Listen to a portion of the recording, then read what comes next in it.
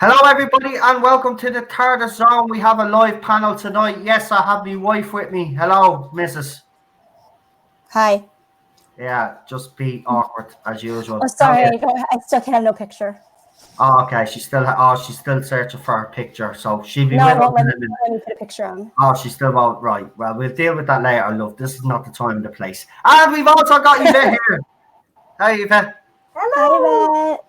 And we've also got Starry-eyed Girl. How are you? Hello, I'm very well, thank you. That's great. We've got an all-female. Well, I'm male, but I'm going to identify as a woman tonight. So we've got an all-female stream. Yes, we're going to discuss Wonder Woman 1984. We're going to talk about the recent backlash to Ghostbusters Afterlife.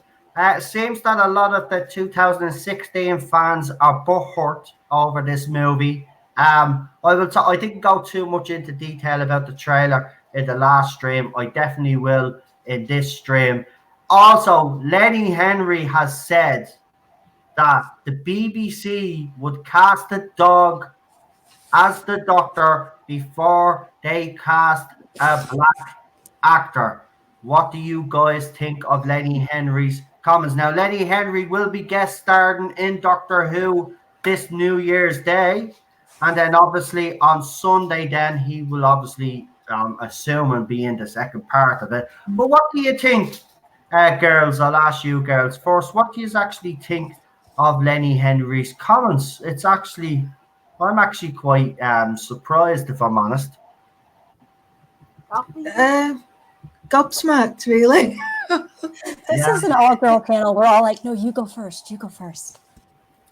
Okay, Cheryl, you can go first then. No, I'm not. I'm just saying that we're all wait. I'm just... This is why I don't have the wife on live streams. I'm only messing. Okay, I will.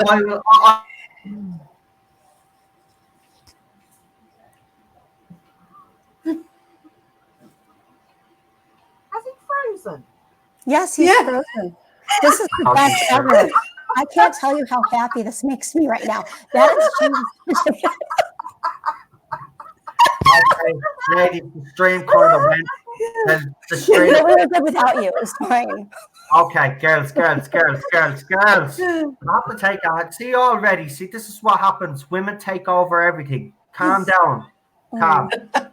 You didn't see the face you were pulling when Because the stream actually went and I went, oh. We know. Right. Okay. I won't be sleeping on no couch tonight. Trust me. That's not happening. She'll be sleeping on the couch before I do because in this house there's equality 50-50. Yeah? Right. Oh, girl. All fairness though. We'll start with you, Yvette. Lenny Henry's comments. Firstly, it struck me that this guy hasn't been relevant in a few years. Obviously, he's gotten a bit part in Doctor Who, and he's done a little bit part in another show, right? Is this him just trying to make a name for himself, or does he truly believe this? Because I was looking through, because me and Cheryl discussed this earlier. Has he not seen Doctor Who? He clearly hasn't watched the show. Well, no, obviously. I think he's probably just trying to jump on the bandwagon, and say, why hasn't there been a black Doctor Who? I mean, God, I've been waiting to hear this all year. Now we got a woman. When's there going to be a black guy? It's just him jumping on the bandwagon. He's not usually that divisive, so I'm quite surprised. Same here. That's what I mean. I was actually surprised by his comments because he's not that type of guy. So I was kind of thinking he's worked for the BBC a lot over the years. So I'm kind of thinking maybe he's had some disagreement with them or hasn't liked the way he's been treated the last couple of years. And this is it because it was on. I think it was he was on a rival TV station. I think he was on UTV or ITV, wherever you want to call it. But he was on the rival station. So maybe that was his way of having a slight dig at them. But I actually was gobsmacked.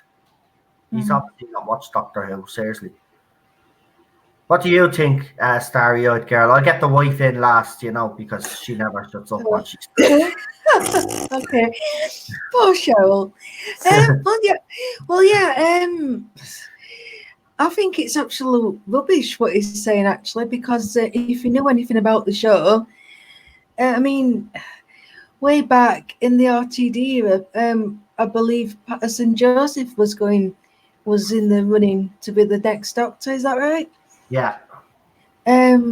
So obviously, as being before that, a black actor was going to be in the running, and obviously, I mean, I can't remember if this was before or after David Tennant. Was it before? Was it Matt Smith who ended up getting it instead of? I can't remember. I can't remember what the order was, but I know it was around that time. And obviously, there's a mixture of ethnicities, in front of the camera and behind. And obviously, in recent times, when we've got Sigourney Akinola doing the score, so he's obviously doesn't seem to be on the pulse with what's actually going off. And when Chibnall took over, he boasted about having a diverse crew as well as a diverse cast. So yeah, it just seems out of touch to me. And I think Yvette's right. I think it is a bit of maybe he does believe this, but it's also it seems to be the thing to say to get noticed in the media these days. So I think he's using that. And you're right. I mean, when was the last time we heard of Lenny Henry on TV? Yeah, sorry, I just seen a comment. If the admins are actually there, if you could sort a few of those comments, I would really appreciate it. I mean, I've no problem. I mean, my choice, my next choice for the Doctor is actually what's his name? Richard, the guy that was in the IT crowd and does the Crystal Mail. He's my choice for the Doctor because I think he would actually do it well. He's a bit of a geek as well, and that actually helps, when you got someone that's actually as clever as he is, because he is quite a clever person. Yes. So he'd be my choice for the role. No Doctor Who fan, and even looking at the show, I don't know how we can say that. To be quite honest with you, it's mind-boggling. Cheryl, I mean. Yeah. I know you don't know much about Lenny Henry, but obviously since you've heard this, you've probably Because I'm looked the into token it. American. No, nothing to do with that. But No, he's a British guy. We've never heard of him in America. I never heard of his name before you mentioned him. all right, well, he used to do Red Nose Day. He was wasn't he the first guy to do it? It was him, wasn't it? He was the one that invented Red Nose Day, if I'm right, or something. Sorry. Yeah, so I think he was one of the first of the group. I don't think he did it on his own. why is all these? I thought you were doing it.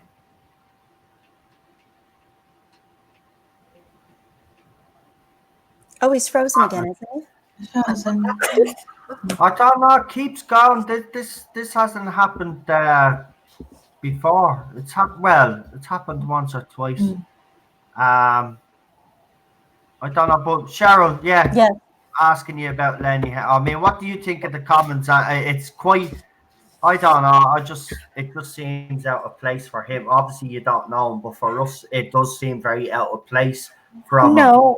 No, but when I was when all the stuff came down about replacing Peter Capaldi and the voice and all the names started mentioning, I know Idris Elba was someone who happens to be Black, and there was never a concern about that from anything I ever heard or anything I saw.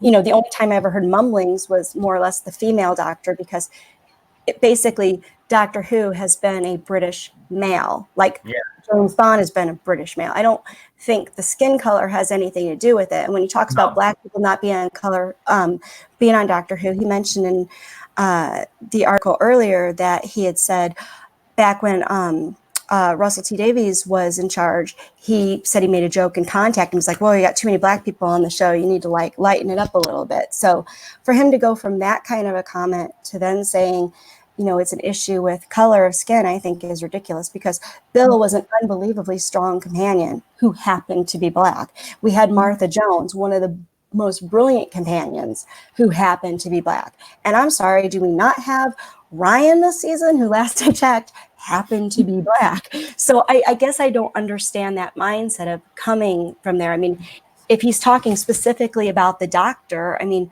well, it's been a white male, but obviously they're looking outside of that. And I really have a hard time believing the fandom would explode on the level that they did for it being a different skin color. I think the thing is just the Doctor has always been portrayed as a male, and the way they've set everything up makes his character inherently male, for lack of a better term. And I think that's really what the issue. I don't understand bringing race into it. Seems reaching for me, but it's a highly polarized environment now. So maybe that's just making sure it's a relevant statement.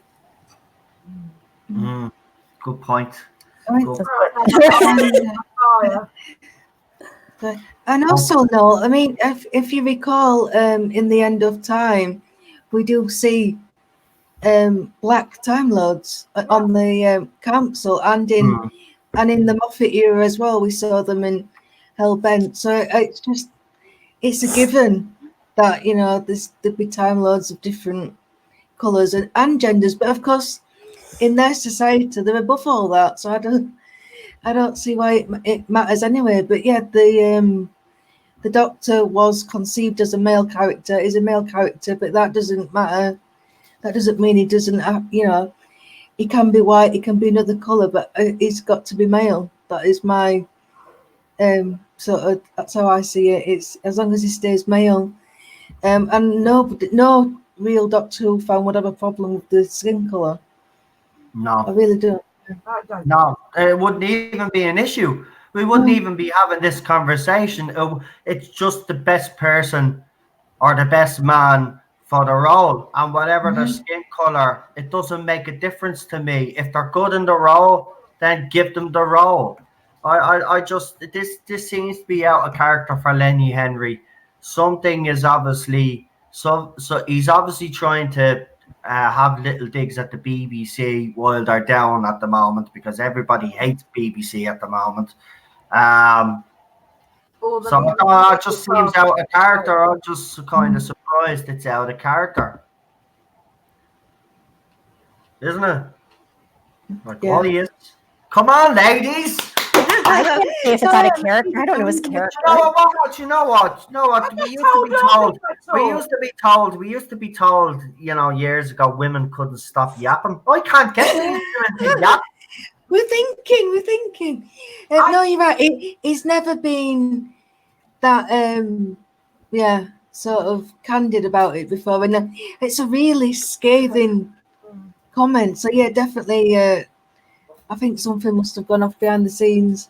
Something had to have went on. I don't know. Look, I'm not. Am I still here? Okay. Can you hear me? Yes, okay. I kind of feel like it's like, well, I didn't see me moving. Like with Billy D. Williams, when he started to say that he was gender neutral. Oh, look, there I am. Gender neutral, but then changed his mind. He's like, oh no, that's not what I was saying at all. I wonder if maybe Lenny meant it to come across differently than it came out. I mean, I don't know his character because, like I said, he's a completely foreign person to me. I've never seen him. I've never heard him. I have nothing to base it on. But I can only think that if he had been watching the show, like, he'd realize that comment just doesn't really hold true, because we have seen people of color as Time Lords. I mean, it's just not been the Doctor. And we also hadn't seen a Doctor as a female before. And that's taken some getting used to. But I don't think the color is the issue. I think a big part of it is also Jodie's caliber of acting. Yeah, I agree. I mean, look, as someone said, Colin said it there, the general regenerated across both gender and race. Not sure if there were any earlier such, but that is a good point. It has happened in the show. I just don't know what Lenny Henry is on, to be honest with you. Whatever you're drinking, Lenny, you know, lay off it, or get back with Don French or something, because clearly your brain has gone to mush since you used to split. Jesus Christ. I mean, maybe he intended it as a joke. I mean, he's just a comedian.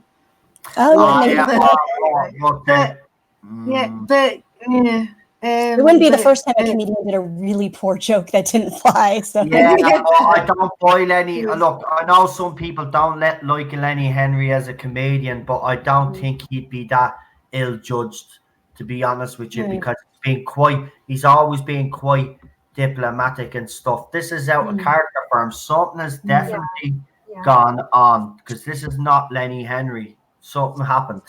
maybe he auditioned for the Do you Doctor know and what? got turned down. Maybe that, or Chris Chibnall pissed him off at the time that he was on the bleeding show. You never know. Yeah. Well, he's good at that, so you know. Let me see. Why does it matter what color, gender the Doctor is? Just write good scripts and nobody will care. It's getting stupid now. It's like I'm the Doctor and so is my wife. Yeah. Okay.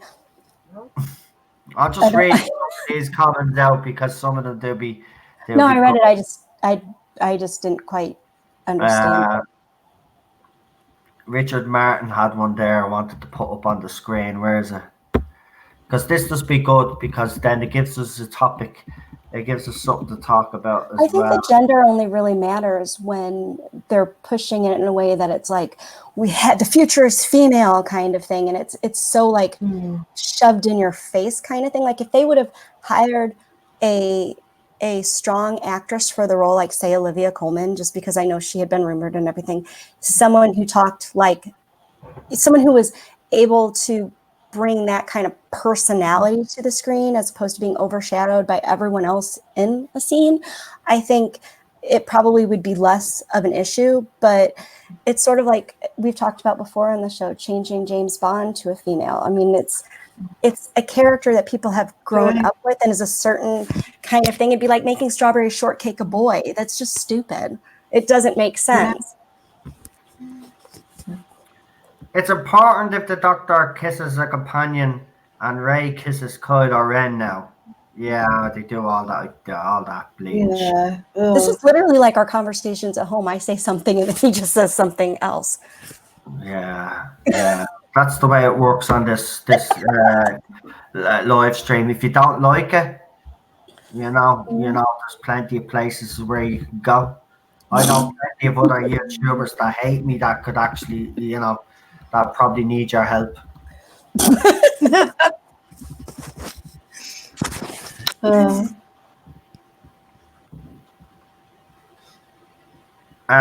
at the clip they show of him in the sun talking about Yaz and Ryan. He knows full well that there are black actors in Doctor Who, including himself, but they've all been cast to play white characters. How has Yaz been cast to play white characters when our heritage is actually Indian, and they say that our family heritage is Indian or Pakistan, whatever it is? That's a daft. And how is she playing a white character? There is Pakistani cops in America, in England, so I don't get that. And Ryan is just playing any normal 20-odd-year-old person. I don't get that comment. Do any of you? No, I don't get that. I don't, and I don't necessarily agree with that. How are they playing white role? It's stupid. BBC cast people because of their race, so they give them roles based on that, and they'll give them stuff and scripts based on that because they need to tick boxes. Let me see. Here's another one. Jodie isn't a good doctor. Sorry, her delivery of lines aren't convincing. My 6-year-old at her nativity play was better. I might put her up for an audition. You should, Raymond Williams. Yeah. You should. If she's good, I agree. She's good. Anybody's better than Jodie Whittaker. I do agree. Someone says that a dog would be better than Jodie Whittaker right now. I agree with that statement. Right. We'll forget about a bit of Doctor Who, right? Because we could talk about how crap it is. But we've got some positive things to talk about. So, during the week, obviously, Wonder Woman 1984 dropped. Now, Cheryl, I'll ask you first because obviously you'd only seen the trailer last night.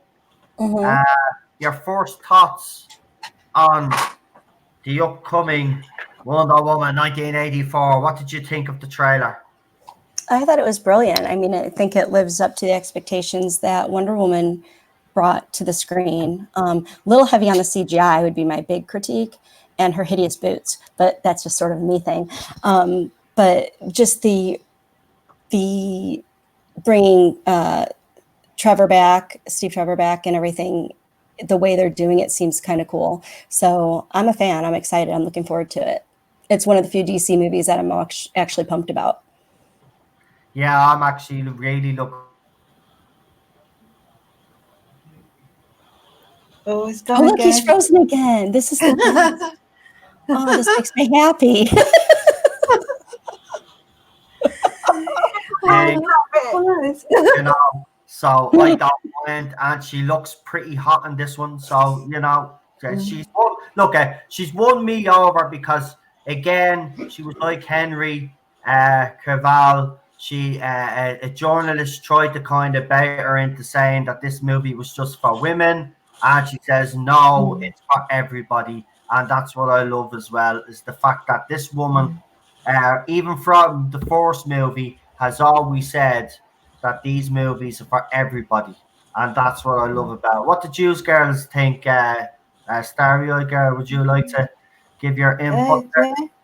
I absolutely agree. I mean, I love the film. I love Gal Gadot. I think I think she's a brilliant actress anyway. But her whole perspective on this with fandom, you know, she's a brilliant ambassador for fandom. Like you say, and was it like yesterday that these comments came out with the China beta, and I was reading the articles like, yes, you know, you go girl. Yeah, it is for everybody. I mean, my boys, they're looking forward to seeing this film as much as they have done with Marvel. I mean, they think she's wonderful, and you know, she's a well-written character. Steve Trevor is a wonderful character. I was concerned when it was first reported that it was coming back, but now I've seen the trailer. I'm looking forward. I'm interested in what they're going to do. You're right, Cheryl, about the boots. I'm not quite sure. Not quite sure what's going off there. They're not practical at all, are they? No, they're not ass-kicking boots. They're just not. No, they're just. Well, Yeah, how do you know, don't know? And for all you know, right, those boots could open up down the bottom and some second laser shit come out They're of them. like wheelies. They got like roller skates on the bottom of the Seriously. Well, if that happens, I'll take it back. Yeah. But seriously, I'm looking forward to this movie. I really have to say, I think I did enjoy the first one. And I know there was a bit in the middle of the film, all that girl power. But you know what? At the end of the day, why not a little bit? There's no problem with a little bit of girl power in it once the whole movie is balanced. And that's what Wonder Woman was. So I didn't mind that scene where she goes out where she does the whole thing, steps up and walks through the fucking battlefield. I thought that was pretty cool, right? Just once they don't overdo it. But it looks like they're not. It looks like they're just going to make a decent bloody movie. And that's what we want. As blokes, I could say, that's all we want. We want to be entertained. And she entertained us in the first one. And she most certainly will entertain us in the second one anyway, I can tell you that. Well, the biggest obstacle is a good plot and a good script. And Wonder Woman managed to pull that off. And it looks like they're going to go in the same direction. Hopefully. I love the music. I love New Order, so I'm already down with it. I'm already down with it because it has New Order in it. And if you have New Order in your movie, you've won me over. So I'm looking forward to it. Yvette, have you seen the trailer? No. Yeah. Well, you can't. Here's the thing, Yvette. I warned you if you were coming on days that you have to start watching these kind of things. Now, as a scientist, you should know that it's very important to have your research in front of you before you actually do these kind of things. So you haven't seen it, you've nothing to add at all. No. So while we were talking, you couldn't have went off for like 3 minutes to watch the Wonder Woman trailer. Let me answer for it. No. No? Not Okay, okay. With that, then he has nothing to add on the Wonder Woman trailer. Before I Thank even you for having the faithful expression to go with it, Yvette. have you actually now? Before I actually ask you about Ghostbusters Afterlife, have you actually watched the Ghostbusters Afterlife trailer, or am I wasting my time there too? Yes, I'm wasting my time, or you have watched it? I've watched it. Why do women not just get a? Again, I think it's your question. I was answering the questions, was I not? Right. What the hell do you want? Oh, by the way, I will say one thing. If there is people out there criticizing Wonder Woman 1984 or 84 and you haven't actually seen the trailer, well, you can kiss me ass, okay? Because at the end of the day, if you're not going to go watch the trailer and criticize the movie, well, then you can get the feck out of this stream, all right? Watch the trailer.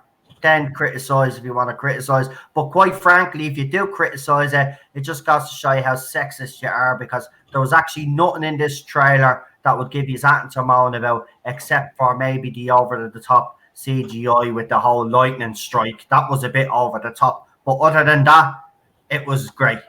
It was great. I loved it. I can't wait. And she looks absolutely beautiful as well. So, like, you know, it's always nice to have a Wonder Woman that actually looks decent as well to look at, as well as a good actress. So it's always a bonus, you know, bonus. Especially for men when they watch these movies. It's always a bonus. Oh, you should stop talking. I completely understand that, Noel, because, you know, the boys in Supernatural are lovely to look at.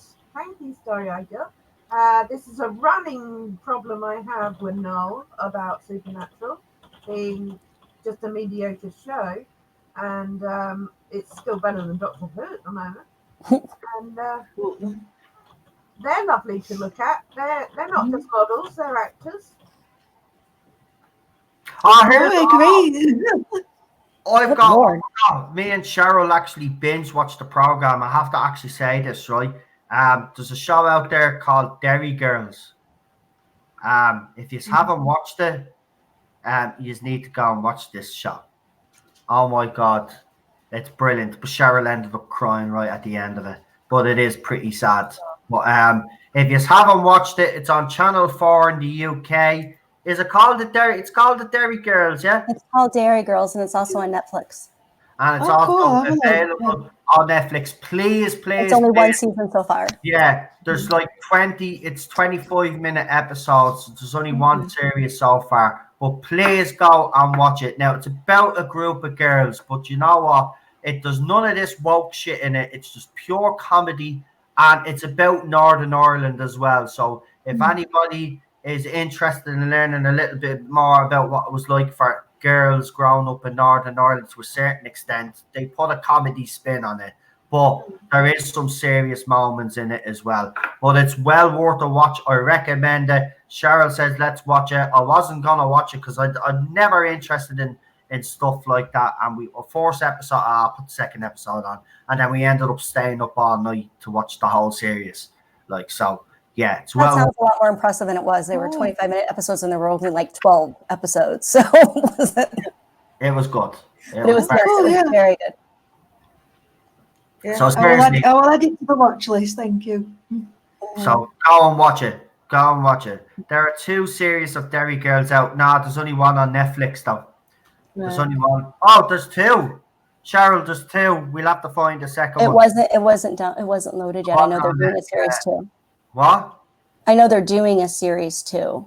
No, someone says the series. I know, but we just may not have it yet because we get everything. I don't know. It started over here. I'm not sure. Well, actually, no. It's made over here, so we get it before Americans. You keep getting confused, baby. We're not in America. We're in Ireland, so we get it before Americans. And your Netflix is here now, so it's the UK version of Netflix. So we'd get it now. Except it's not. I'll get away. Don't care. You're always arguing with me. I'm gone. I'll tell you what. I thought we were going to talk about Ghostbusters with Yvette. I'm going to let the girls take over the stream for a few minutes, right? But I do want to ask you about Ghostbusters Afterlife in a minute, right? Okay. But let's just talk about how people have reacted to this trailer, right? Now, I read out a couple of tweets on the last live stream, and let's just say people are not happy. Apparently, they shouldn't be making this movie for. Oh, by the way, apparently women loved Ghostbusters 2016. So, firstly, I have to ask you girls here. Did you like Ghostbusters 2016? And whoever wants to jump in first, just bloody jump in. Don't be waiting like little girls on who's going first. Who's going? No, it was awful. Right. I could only make 12 minutes. I had to turn it off. It was so not funny. And I love those actresses. I had such high hopes for it. But I mean, I was a little worried when Amazon Prime just put it on my Kindle for free. That kind of warned me that maybe it wasn't as good. But I have never watched. I think the only thing less funny than that might have been Anchorman 2. Yeah, I agree. I didn't like that one either. Yeah, It wasn't funny, and I couldn't get my parents. I had talked to them about it when I was back home visiting, and they both watched it. And my dad said it was really slow to warm up, but he kind of enjoyed it. So I guess if you want to kind of enjoy something that you don't mind waiting for it to be funny. Did you say your dad likes kind of wanted Ghostbusters 2016? He kind of liked it eventually. Well, his opinion. That's not a growing recommendation. His opinion does not count. The guy that likes Batwoman, right, has no opinion. She came back and told me, be prepared to watch Batwoman. Be prepared to watch Batwoman. And I said, did you watch it? You keep Tom and Linda out of it. Yeah, I watched it. I said, well, what's it like? Oh, the acting is really bad. The acting is really bad. So your dad, he likes Batwoman. So when it comes to Ghostbusters 2016, he doesn't have an opinion. Anybody that likes Batwoman doesn't have an opinion because you know why? They got sawdust in their head drinking too much soy milk. So is that your opinion? No, that's a fact. That's a scientific fact. We've got scientists there. Is that scientific fact? You better back me up on this one, love. Nope.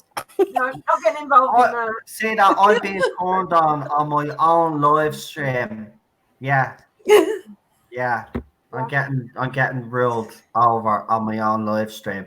I need another man to help me out here. See, and this is probably the point you should not talk. I'd like to see a man take the three of us on. Yeah. Oh, I will be bringing on. I will have another guest on. Well, he's doing such a good job listening to you right now, Yvette. I can see why he would be concerned. He's frozen like that. No, it's the best. Freeze again. We'll just take over. It'll be fine. What's wrong? You keep freezing, and it's hilarious. Now, come on. Listen. I'm sorry. I just want to say something. I'm going to say it again, right? And I don't know how many times I need to say it. I do not want to see any bad language in the live chat. I don't want to hear about anybody pulling themselves off or whatever that crap. If I see that crap, you're getting thrown out of the live chat. I've warned you before. Cheryl put the rules up before we start doing all of this, okay? Cheryl put the rules up, and everybody seems to be ignoring the rules now, right? If you ignore the rules again, you are getting permanently removed. I'm not having that kind of discussion in it. And again, I will say, if anybody has a different opinion to you in the live chat, doesn't give you the right to sit on them like dogs either. If you don't like what they have to say, just don't say anything to them or leave the live chat also. Now, I've said me piece on it, not bringing it up again. If I see it again, the next person will be removed permanently. Now, Nelsker, Cheryl, you would like to add to that because you put the rules up. Because you're a bit more diplomatic. I would just like people, well, I can't really moderate and do this at the same time. And I know we've got some moderators on, so I'm hoping everyone can just be kind and respectful. That's all. I mean, basically just, be kind and sweet. That's it. There you go. And someone put up a post there. So, Noel, how can you say that about Batwoman? She just killed partially disabled old Bruce Wayne and became the Bat of the future 2 nights ago. Oh my shit! Is God. that what actually happened? Yeah. Oh. Hello, Chris, by the way. Oh my Oh, God! That that actually is happened. that actually happened. Oh Oh, my God. oh my God! That is just pathetic. Um. Oh my God! I'm just reading. Yeah. Listen, some people are trying to test me there as well. Don't even try test me because I'll take that as you sticking two fingers up at me, and I'll just remove you anyway. So I'm coming hard down on the rules because look at YouTube have a lot of new policies out, right? We've been reading them, and the live chat reflects on someone else's channel as well. So I've said it again, and I'll say it, and I'm gonna say it one last time. No more crass language, no more sexual language, and no more cursing, and no more going after anybody that you don't agree with their opinion. If you don't agree with their opinion, you say nothing, right? And move on. Or if you can't do that, remove yourself from the live chat because I'll be pretty sure that you'll be removed anyway because you'll probably break the rules. I'm not having it anymore. So I'm done. Right. Right, Ghostbusters 2016. We've established that you girls don't like it. So I'm gonna ask you about Afterlife. Now I'm gonna pull the headset out because I have to go. I just want to do something real quick. But what I'll do is I'll stop the camera so you don't see me ugly face. So sure, Sharon, Welcome to my world. I don't know what you're laughing at. You married me. Anyway, the ask is about Afterlife. So I assume you've all seen the trailer. Yeah, I've seen it. Yeah. For Afterlife or for Ghostbusters Afterlife? It's Ghostbusters Afterlife. Oh, sorry. You said Afterlife, and I swear I thought you were talking about Ricky Gervais's show. I wasn't with you. I'm with you now. Right. Yeah. Oh, Yes. I know Cheryl has watched it because I made her watch it about 15 times. It's grand. Right. So Cheryl has watched it. So girls, I'm gonna ask you firstly, what did you think of the trailer? And secondly, how do you feel about the backlash that this trailer has gotten, considering that the 2016 trailer was the worst trailer ever on YouTube in YouTube history? It got the most downvotes of any trailer on YouTube at the time when it was released. Go. Who wants to go first? Who wants to take this bad boy on? I can talk whenever I want, Starry-Eyed Girl. You go ahead. Okay, all right, then I'll go first. I love the trailer. I got a really good kind of like Stranger Things, Goonies kind of vibe to it. I thought it was very respectful. Yeah, I just got a really good feeling about it. And the backlash, I think, is absolutely hilarious because it just proves, how shallow these people are. It goes against the narrative because we're supposed to be all racist and sexist and man babies and all that rubbish, and it's just we just want a good story with a good cast and respectful of the material, which is the Ghostbusters 2016 did nothing. It had got an awful story, awful cast, no charisma. I don't know how they got the original stars to do it. Well, I do, money, but yeah, it was an absolute farce. But this looks really good, and I was really happy that the original stars haven't appeared in the trailer yet because I think if you're confident in your story, you don't need to rely on getting the original characters in. And I think things like Star Wars need to take a good look at that. But this is how you do it. This is how you build on the mythos, get new fans in, but also cater to the classic fans as well. So yeah, I got a really good feeling about it. Yeah, I'm looking forward to it. I mean, I have to admit, I don't really admit this too much, but last couple of days I've been watching the 1984 Wonder Woman trailer. Obviously, I watched that ET advert as well. Do you know what? I don't know about you guys, but I've been getting very emotional lately because this new Ghostbusters movie represents a turning point for me. Finally, we've got someone out there that's listening to the fans and that actually wants to write a movie for the fans. And looking at this trailer, and a lot of people have said this, and I agree. This trailer was like a love letter to those Ghostbusters fans. Those Ghostbusters fans that actually did go and see the 2016 version of Ghostbusters and didn't like it. You know, the reason why Ghostbusters 2016 didn't work wasn't because of the actresses even themselves, because like Cheryl, I like some of the actresses in it. I don't like them all. But they decided to go down this route, and then when fans had a problem with it, the cast decided and the director decided the best thing to do was, instead of listen to the fans and the advice the fans were given, to go and attack those fans. Now we've seen a totally different attitude from Jason Rittman.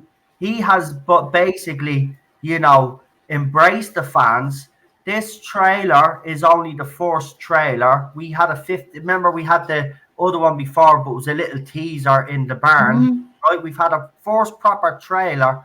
And the one thing I can actually say, I got quite emotional watching that trailer, to be quite honest with you, because I finally felt like it was the first time that we were actually gonna get, in a long, long time, a decent Ghostbusters movie. And this does feel, and I will add, the trailer myself personally didn't feel like a typical Ghostbusters trailer. And again, I think that was another plus point for it.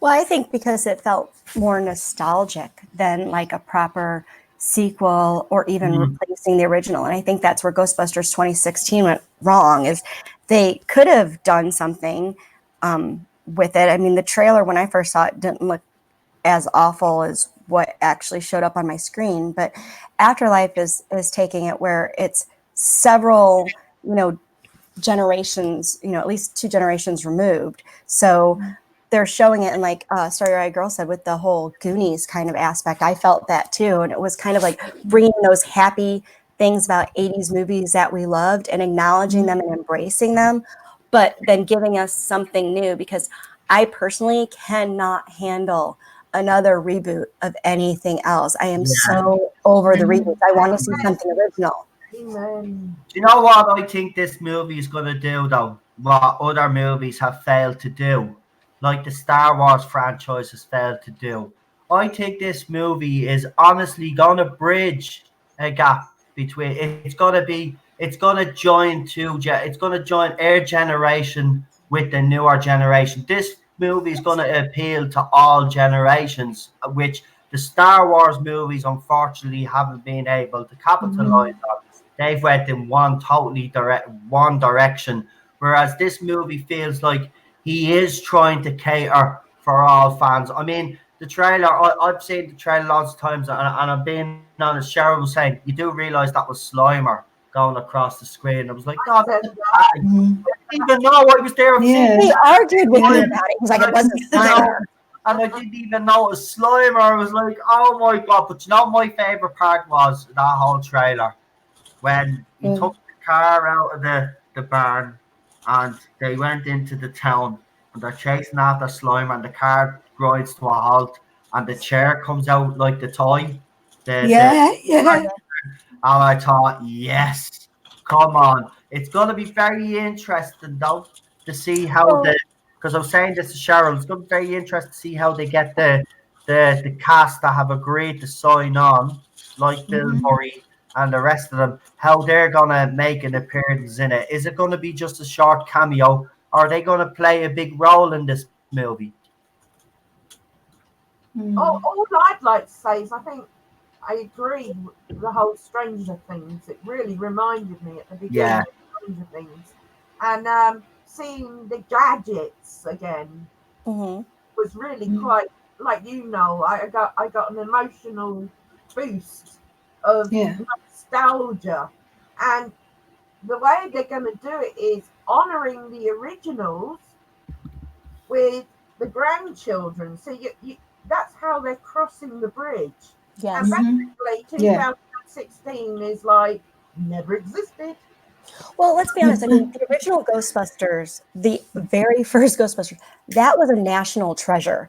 Everyone loves that. I mean, that movie holds like such a split in their hearts, just like E.T. and stuff like that. And Yes. for someone to take it back on, that's risky enough. But when you're basically trying to say, we're going to do something better than the original Ghostbusters, you've already lost a ton of your audience to begin with. And as everyone's saying on here, I think we're all agree, it's taking the original heart of the Ghostbusters and embracing it and add it on to the story. It's not missing it. It's giving it all its proper credit. They're not saying anything about it. They're saying, this was this unbelievable, amazing movie that everyone loved and cherished.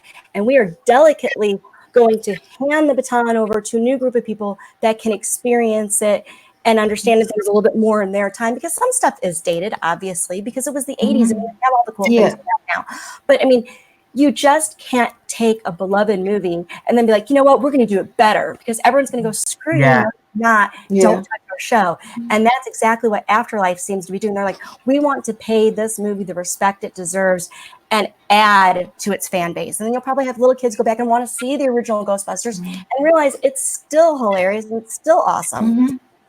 Do you know what? I actually agree with the I can't say his name right. The Amargaran is or Jen or wherever the feck your name is. I expected to hear the Ghostbuster music when the car appeared. To be honest, when it skidded to a halt, I was hoping to even hear a little jangle of it. But I have a theory on that. They did the same thing with James Bond, right? Daniel Craig didn't actually get the James Bond's music until right at the end of the movie. Right, so I'm thinking, you know, I wouldn't be against this, but if they decide to play the Ghostbusters music right at the end, if that's when we hear it, I will say okay, if the movie has earned it. I think everything that Jason is doing, he's making sure that he's letting fans know that he's gonna respect the original, as Cheryl said, but you know, he has to bring it to a new audience, and us as the old audience will have to understand that. But I think this trailer demonstrates so far to me that he has got the balance spot on, and this is all I wanted. I said it, if we get a half decent script and you get the balance right, I'll be happy. You're never going to beat the original Ghostbusters. Just be the Ghostbusters for this generation, but to bring us all together. And I think this trailer has managed to do that so far. Of course, there is people out there, Yvette, as you've seen yourself, that are butthurt over the fact that this trailer has been well received. And some believe that this movie shouldn't even be made. What would you say to those people? Well, you can't please all the people all the time. Someone is always going to moan about something. I mean, for Christ's sake, they're whinging because there's children in it. So they're saying it's a kids' film, it's not for family. Now, we already know that the original cast are either cameoing or starring in it. So what are they talking about? They're just nitpicking little holes. It's just crap.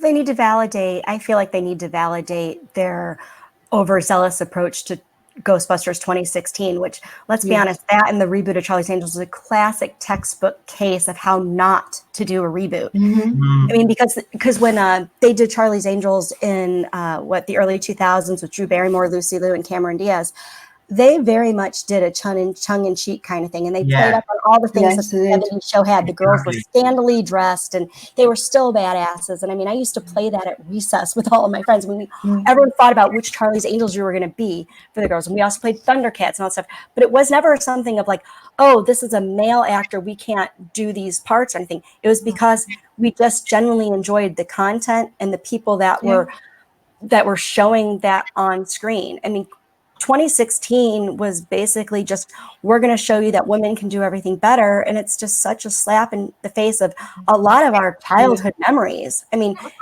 I don't know anyone that didn't grow up loving Go ahead. What'd you say, Yvette? Sorry, love. I said Ghostbusters 2016 was the first one to start all of this. Yeah, so I agree with that, Actually, do anybody buy into the theory that this movie might somehow link to the 2016 movie, or do you think that this is going to be the part of the original universe and they're going to totally ignore? I think they should ignore it I think they'll ignore it. And It would they're be suicide. It would be movie suicide to draw the 2016 to it because it's so hated, so not what the original Ghostbusters was. I don't consider it a reboot either. This No, because continuation. It's Yeah. a continuation, which Yeah. is fine. You know, I hate reboots. Yeah. I just don't do them. But this is a continuation from it's their grandchildren, you know, so it's going to be a lot more. There's going to be a lot of heart to it and emotion, I think. I think this is going to be a very emotional film, if I'm honest. Yeah. Yeah, unknown it was busting makes them feel good. Yeah, totally. Yeah, no, I mean, absolutely. And like you said, it's not even a proper sequel because a lot of times we've seen sequels and they turn out to be just crap because they try so hard to be better than the original. And like you said, this one just continues the story with the grandkids, and it's going to build up that whole thing. And I think it's going to bring a huger fan base to even the original Ghostbusters, but it'll all tie in. But if they absolutely connect it in any way to the 2016 Ghostbusters, it is going to blow up in their face. And I think Jason Reitman's just too smart to do that. His dad was brilliant at what he did, and he, God forbid, have to have learned something from his dad. And also, and I think, sorry, Colin, just put it there. There it is. There. Oh no, that's the wrong thing. Why does it keep jumping? Yeah, it is. Yeah, they do actually say in the trailer because you actually do. Yes, they do. Ghostbusters in the trailer. He actually shows the kids the teacher. Paul Rudd is obviously a teacher in that because he's teaching those Egon's granddaughter. That's who that is. And basically, what's happening there is that he's showing them footage, and he actually does say 30 years. So you're right. Yes. Directly linked to the original, which is brilliant. And that's what we wanted in 2016. And Sony did actually make that mistake because if people actually remember, the original Ghostbusters 2016 trailer for the female reboot actually linked it originally to the originals, and then Sony actually had to come out and say, no, that was actually a mistake. They didn't even get the trailer right the last time. This time, they've gotten it spot on. I think Sony as well, this could be a turning point for Sony as well. If they can actually produce a decent Ghostbusters movie without any, I know it's had backlash from those idiots, but to me, they don't count because at the end of the day, they're the ones that have been driving this toxicity and blaming everybody else but themselves for this. Now, I'm not saying both sides are innocent parties because we all drive it in some way, right? But at the end of the day, this movie, I'm being honest, I just hope this is one movie I am really next year. I'm going to get me ticket. I don't care what else. I'm just not going to watch anything else now until I go and see it. And I'm just going to, hopefully, it just does justice to the Ghostbusters lore. That's all I want. Just pay respect.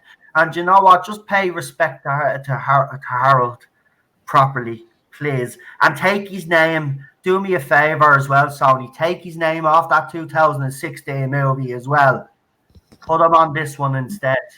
That's what they should do. They should dedicate this movie to him, not the 2016 version. That's another problem that I have as well. The fact that they dedicated the 2016 movie because he'd be ashamed of that movie. It wasn't even funny. That's the thing. I don't even have a problem with any of the actresses because I like most of them. Right? I don't like what's her name? Leslie Jones, you don't like her? I don't like her, but I don't mind the rest of them. Actually, the blonde chick in it was probably the funniest and the best one in it. If she was actually in a Ghostbusters movie where they actually done it properly with half male and half women, it would have worked. But no. But I'm glad they went down the grandkids route. So he listened to the fans as well, because what were fans saying? That's what they wanted. Why not hand it to the grandkids? Looks like Jason has listened. Do you know what? I hope his father is helping him. Isn't his father still alive? Is his father still alive or did he pass away? No, he's still alive because he got kicked off the 2016 movie. Hopefully his father is helping him with the script because he wrote the original Ghostbusters. So this could be good, folks. I'm really looking for... The next summer is going to be great. Wonder Woman 1984. and Ghostbusters for me are the two movies, and Sonic the Hedgehog. I have to put my hands up and say that. I'm looking forward to that as well. Yeah. I'm looking forward to that movie as well. So they're the three movies I'm looking forward to in the summer. Cheryl, you said something actually earlier on about Sonic the Hedgehog, didn't you? The company Yeah. that did the special effects or something? Yeah, the company that redid the effects on Sonic is based in Toronto, I think. They're closed and everyone's lost their jobs and everything. Apparently, it's a financial issue and stuff. I only kind of glanced at the article, but it's interesting because apparently the new design of Sonic is going well. Sonic is a little not my niche, so I'm not excited about it, but I'm not mad about it. It's just sort of like it's there. Yeah, but that's another movie I am. But again, I'll give those guys behind Sonic the Hedgehog some credit where credit is due. When the trailer dropped, everybody was disgusted by Sonic the Hedgehog's appearance. Now, I have to admit, I wasn't as much an uproar as the rest of everybody was. I actually thought the trailer was still pretty cool, even though Sonic did look a bit weird. But the fact that they listened to fans and they actually changed the design closer to the video game and they showed it and fans are happy with it. Again, when movie makers like that and studios listen to the fans, you're already onto a winner. Trust me, people will just go and see that movie because of that small gesture. And that's what Disney need to be doing with Star Wars, but that's a different story. Yeah, and Charlotte, you are correct. He is producing. He's involved with Afterlife officially. Ivan Reitman is. So yes. There you go. I'm done. And Colin said the same thing you did, that Sonic deserves to be supported, if only for their listening to fans and reshooting the special effects. Yeah, I think they've made so much goodwill to people that I think. Sorry, Yvette, go on. I was just saying that would be the only thing I would agree with, that they actually listen to the fans and change it. But it's not one I'm looking forward to seeing because of it. Well, come here. I'm a guy that was a fan of, well, when I say I'm a fan of the Super Mario movie, it's atrocious. It should never have been made. But I love Bob Hoskins in it, and I do love Dennis Hopper. So it's one of those, it's a cult movie for me. I don't mind video game movies because you just take them as they are. Games. I played them all. I played all the Sonic games. I'm a huge fan of Sonic the Hedgehog. I'm just a grown adult that will not sit and watch a cartoon movie. There's a few good ones out there. No. There is. No. Here, one that you definitely watch because you're a scientist, right? Check out Rick and Morty. Or don't, because it's not funny. And you're a scientist, Yvette. Go out and check Rick and Morty out. Go and watch that cartoon, Rick and Morty, right? It's for adults now, and it is aimed at adults. Watch Rick and Morty and then get back to me. I know who they are, and no. See that? Family Guy is an adult cartoon, and no, I don't watch that.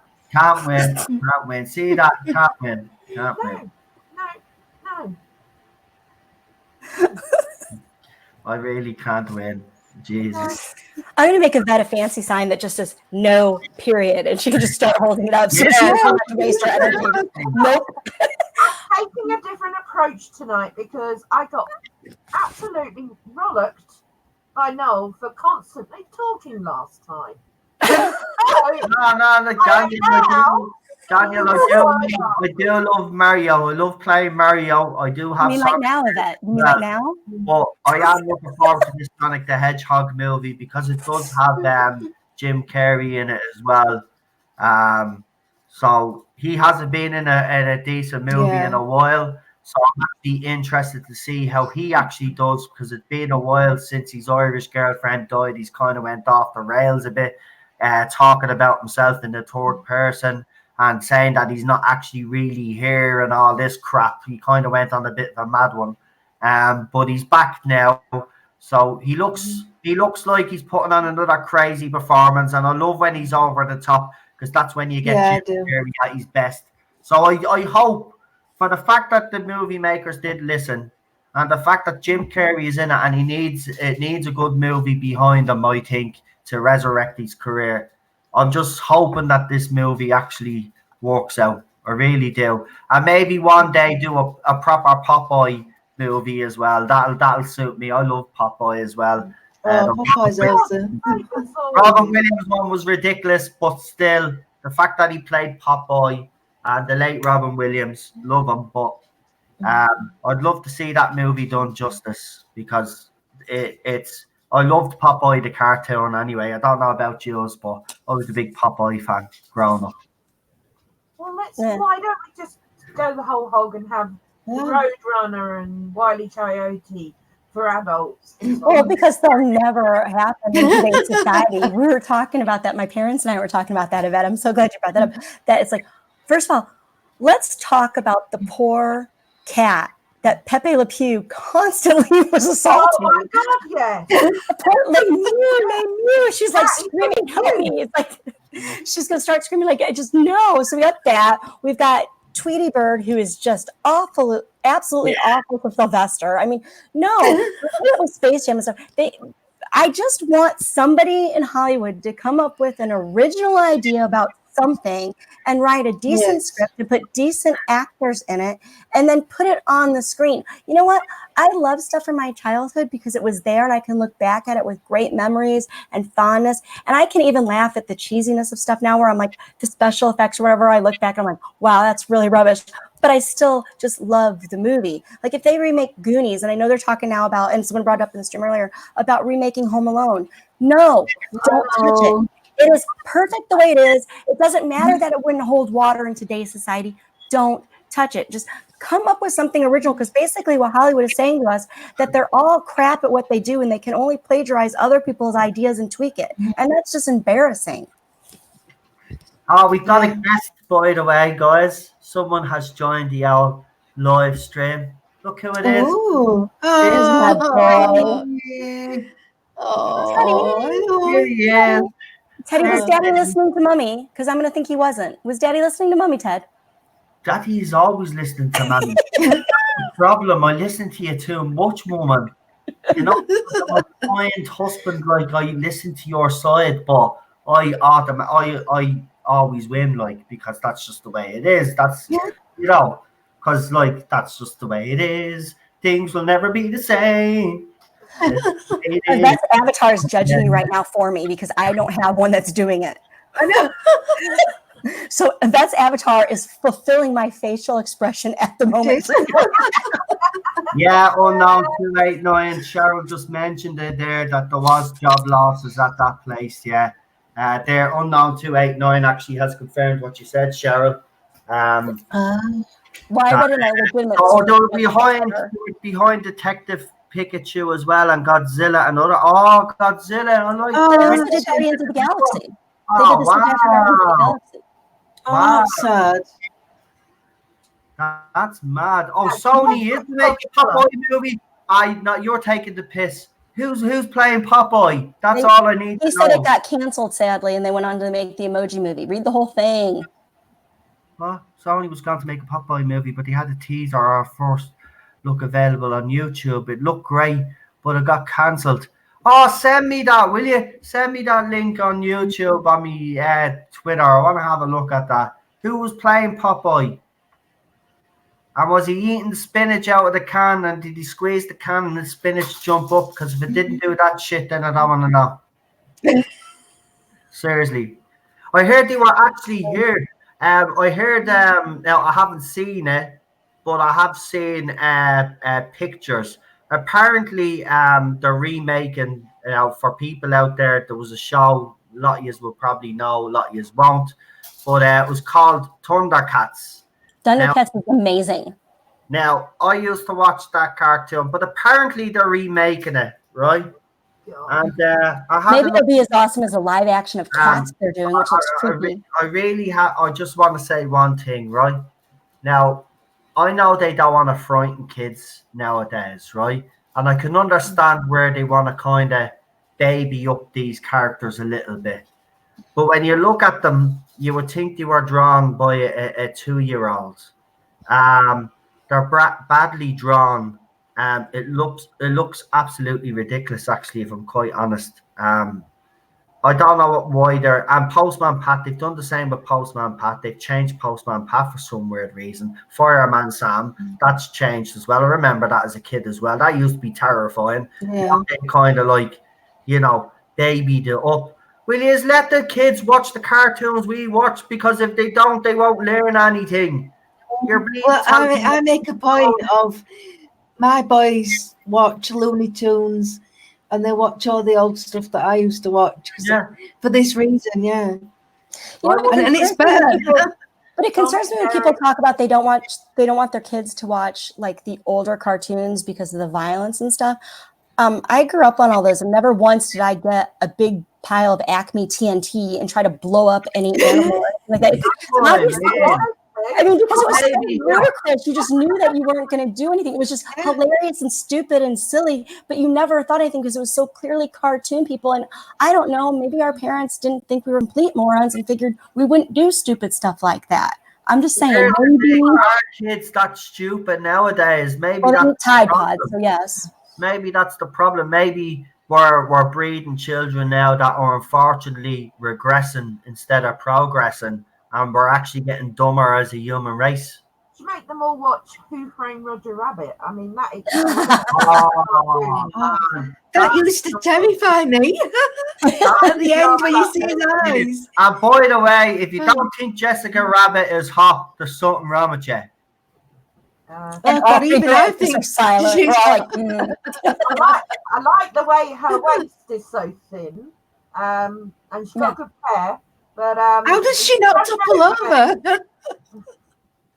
She's like Barbie. She physically couldn't walk with that body. It just couldn't happen. I'll never. Actually, by the way, I just need to tell you this. I guarantee you that he actually does that. As soon as I say this, the viewing on this is gonna go because that'll be all the blokes to check it out.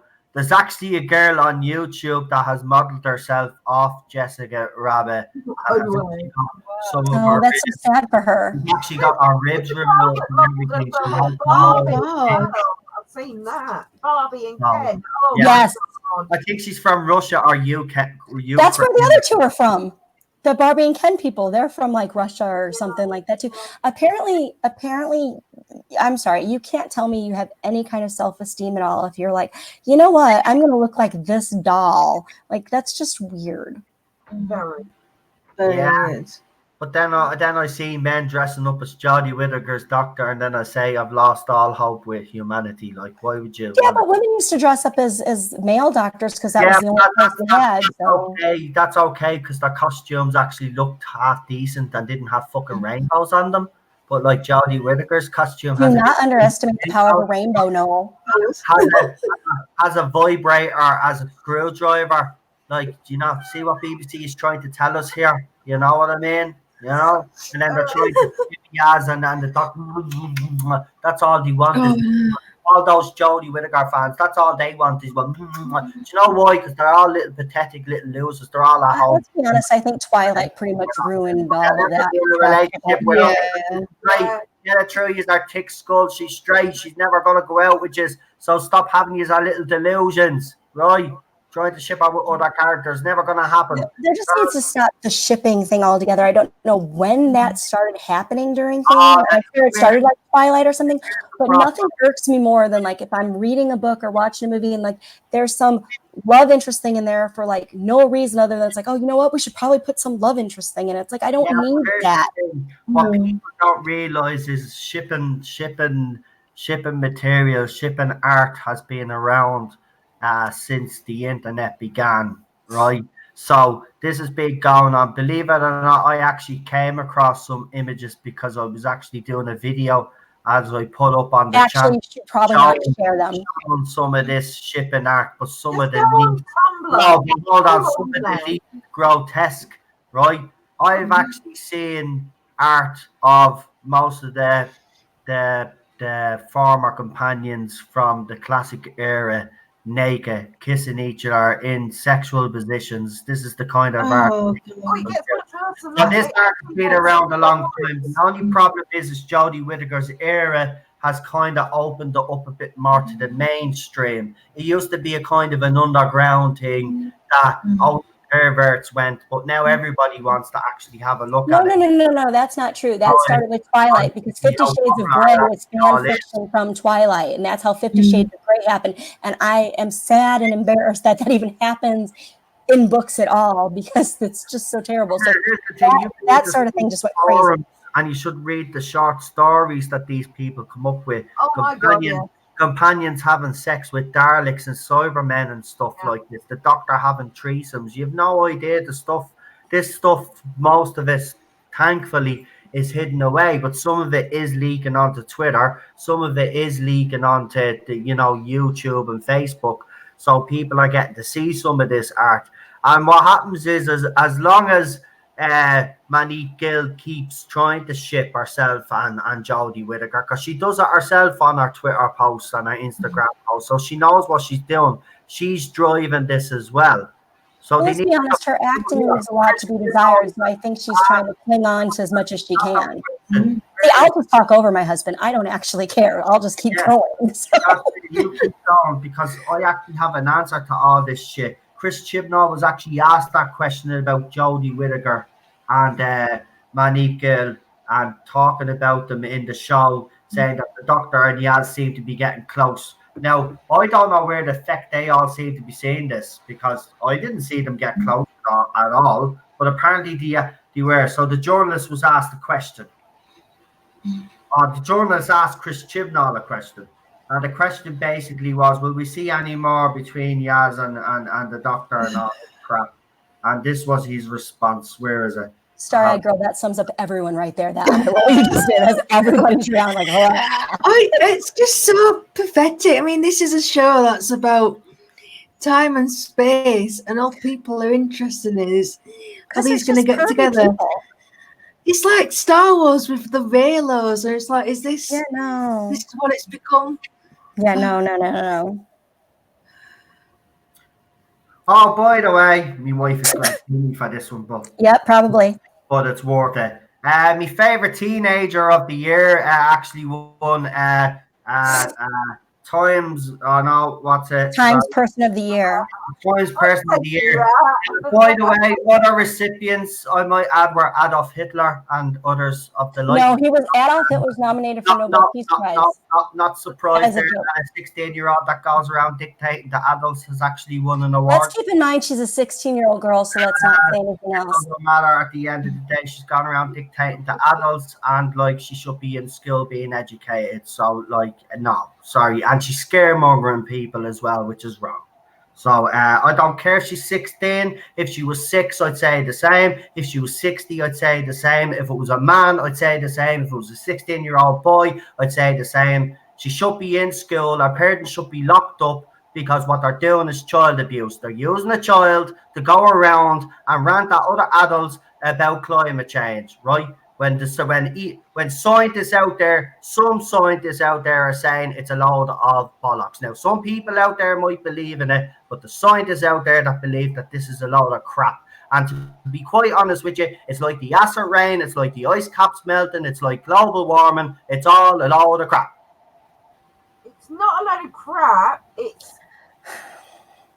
That's not the right wording. Right, sorry. I won't say it's a load of crap. We still should do something, but it's not as bad as people are making it out to be. And we do play a little part, but we haven't played the big part like these lunatics are trying to make us out to be. It's a natural occurrence. That's better. It's a natural occurrence, but we're not helping it. But I'm not going to again. Okay. Well, clearly the person who should be Man of the Year is Baby Yoda, I think. Yes, Baby Yoda. Yeah. I'll tell you, I'd vote Baby Yoda in everywhere. I probably got 3 Baby Yoda memes from my best friend today that she does for everything. Like, just randomly sends them to me. And I can't stop getting over how cute it is. I don't care what anyone say. It's just adorable. And like Gizmo, isn't it, from Gremlins? It's got that same. Oh my God, I want one now. Yeah, I want one. It's the big eyes. It's why we love buttons and everything. It's the big eyes, just like Puss in Boots from Shrek. As soon as you see that, anything you want that. Like, it's so cute. I still can't find this post. It's annoying me. That's a shame. We'll move on then.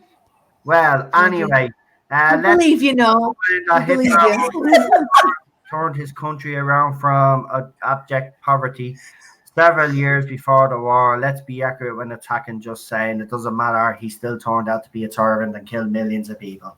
So I don't give a shit. She could grow up and turn out to be a tyrant as well. We don't know that, but she's getting great lessons anyway from the best tyrants out there. Her parents, they should be locked up. She should be sent to school to get a proper education and actually learn about the stuff that she's actually going around telling us adults about, because she clearly hasn't got a clue. She's just being fed all this shit from her parents and other people. And all those actors that go and meet her, like Leonardo DiCaprio, Big Arnie, they should be ashamed of themselves. They should be ashamed of themselves. They fly around aeroplanes. Give me a fucking break. But I was going to say they should stop shipping her off in giant cars, airplanes, boats, whatever, to places. That's what I mean. No, we'll just stop air travel. We'll just all stop traveling, right? We'll just live the way Greta and our parents want to, right? And we see how long we last as societies. We will not last pissing time because we've gone too far. So what? You want to regress backwards? Right? I'm sorry, it's not going to work. Right, so people need to get a bit of perspective in this. A 16-year-old shouldn't be winning Person of the Year, going around ranting and raving, and actually scaring old people out there as well. Remember that there's a lot of old and vulnerable people out there listening to this 16-year-old at the UN ranting at adults about how the world is going to end. Right? How do you think they would have felt? I'm sorry, but I don't care. You told me that, I look bad at picking on a 16. I'm not picking on a 16-year-old. I'm picking on our twat parents for allowing a 16-year-old to go and do that, to go around and discuss, tell adults what to do, right? At the end of the day, I don't think we've done pretty bad as fucking adults. The world's still fucking here, isn't it? Well, it's kind of a shitstorm right now, let's be honest. Have you seen the ocean and the animals dying? And have you seen what's happened to a lot of things? Yeah, let's just agree to disagree and move on to what we were originally going to talk about. For a minute. I agree about cleaning the oceans. I think we should, right? Don't think we should be polluting the way we're polluting either. I say we should take steps towards making a greener environment. But that 16-year-old going around doing what she's doing is not helping the situation. You're not going to change it overnight, and that's what she's trying to do. And our parents are trying to do. They think if they scare enough politicians, that politicians are going to act. Well, let me tell you something about politicians. Politicians do not give a flying fuck about the environment, right? All they care about right now is making fucking money and lining their pockets and passing their laws to oppress us even further. They don't give a shit about the environment, because if they did, they would have done something about it a long, long time ago. Okay? They know they have time. Politicians ain't stupid. This is scaremongering from a 16-year-old and our parents and our supporters, and they should be stopped. So simple. I've said all I've had to say about her, but winning Person of the Year, Jesus Christ, there's other people out there that are well worthy of that award. Right, I'd give it to Henry Cavill. I'm going to say, say it again.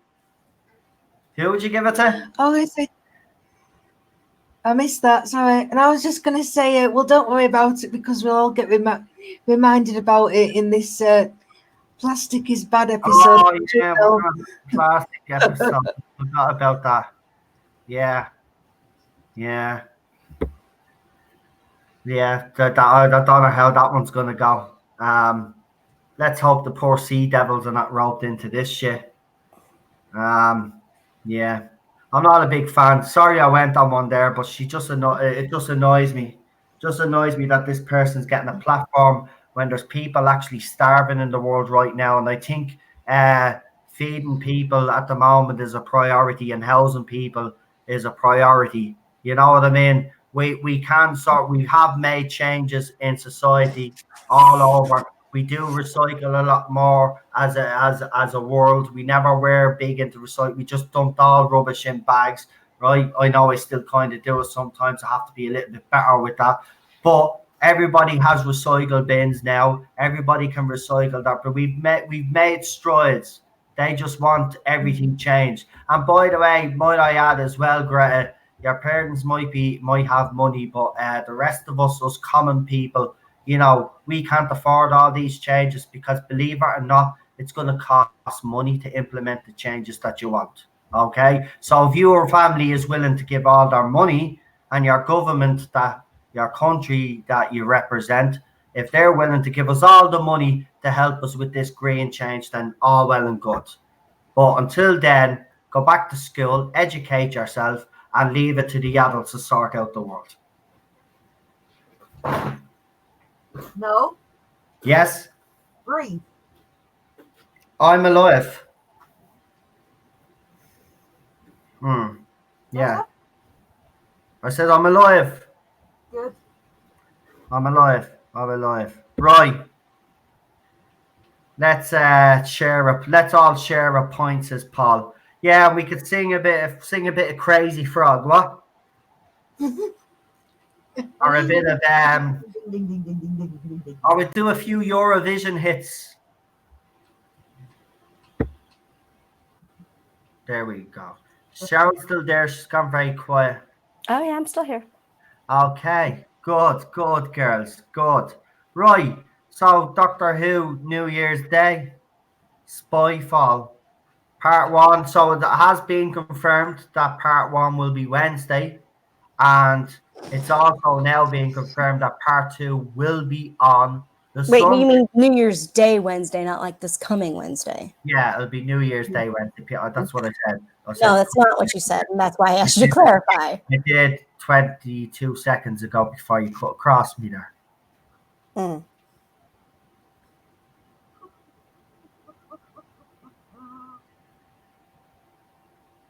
Guys. You scream for all, sorry. Money man. Let me see. What was I going to say? Yeah, so the 2 episodes very close together as well. Do you know, I said this before. I don't know what you guys think, but it seems to me that they're trying to get this series out like straight away and get it done and over with. Don't know how you feel. Even the little clips that they put up. I mean, that Lenny Henry clip, actually, let's talk about that. What was the point of that clip? I just think if that's the best clip they had to show us, what on earth is the rest of the episode going to be? See, this is what I was thinking. The reason why we got a clip like that and it seemed a bit out of place is that I've got a funny feeling that this is going to be a last minute, that they're going to be finished right up until the first episode airs. I still think they're working in production still. I still think they're editing this together. And I think that's why we got a clip like that. They just said to Christian, listen, we need a clip to throw out there. And he just went, there you go. Lenny Henry. That's what it feels like to me. The two that they've released just feel like he's just took something out of the episode that they're working on and said, we need 2 clips. There you go, lads. There's one with Stephen Fry. There's one with Lenny Henry. See you later. You know, just... I think the one with Stephen Fry looks brilliant, but I think Stephen Fry is brilliant, and he was the one thing that kept me, like, engaged in that entire trailer. I probably couldn't tell you about anything anyone else was doing except for Yaz attempting to say coma, which took me a while to realize that's what she was saying. But Stephen Fry was absolutely brilliant in that, and that really does look engaging. Stephen Fry is excellent no matter what he does. He is. He's brilliant. Yeah, I love Stephen Fry. I'm sure he'll be fine. He's in this though because he's not one for all this PC culture, so it's going to be very interesting to see what kind of character he plays as well, because he actually came out before against this kind of, you know. Isn't he an MI5 or 6 or 7 guy? What? Isn't he an MI5, 6 or 7 guy or something? Yeah, he's the MI6. It's MI6 in this one, isn't it? MI6, yeah. I'm not sure. I just noticed that, like, but I mean, just watching him on the screen, it just shows the caliber of acting he can do, and it I think it overemphasizes the technical acting ability of the other cast. I mean, I don't think it's going to be like absolutely nightmare because he could probably carry the whole thing. It's just one of those things where it almost makes you feel uncomfortable for the other actors because he's just so brilliant. Everything about his demeanor, everything's just bang on. Do you think there's a danger that Jodie Whittaker could be overshadowed by her guest stars this year? Because let's be Literally honest, just said that. What? Nothing. Go ahead. Okay, know what you actually said. Sorry, love. I was doing something, but I would do want to ask at the end of it.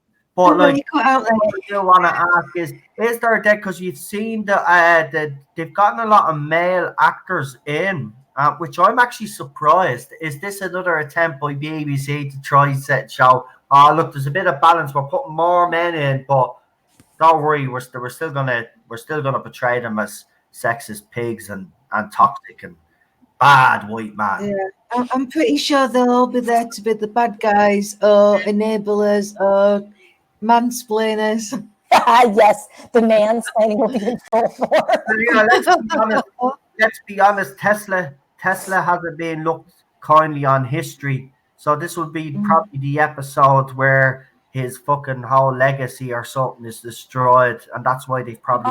No! I think they will give Tesla mad props, and it is about time. I'm like actually hopeful about that one. And Paul Bryant, MI7 is the organization I just made up just now because I couldn't remember what they were all called. So I just started throwing MI in random numbers. So. Here's what that unknown 289 put up, girls. I'm gonna put it up on the screen and tell me if you agree with this one. Yeah, I could see it. Yeah, it'd be very. It'd be brilliant. It'd be like a more kind of like Roger Delgado kind of master. That the suave and the intelligent. Yeah, I don't know if he'd make a great Doctor. I don't know. I think he'd make a very sciencey Doctor. To be honest with you, because he's quite intelligent man as well. And we do know his comic timing is actually brilliant as well.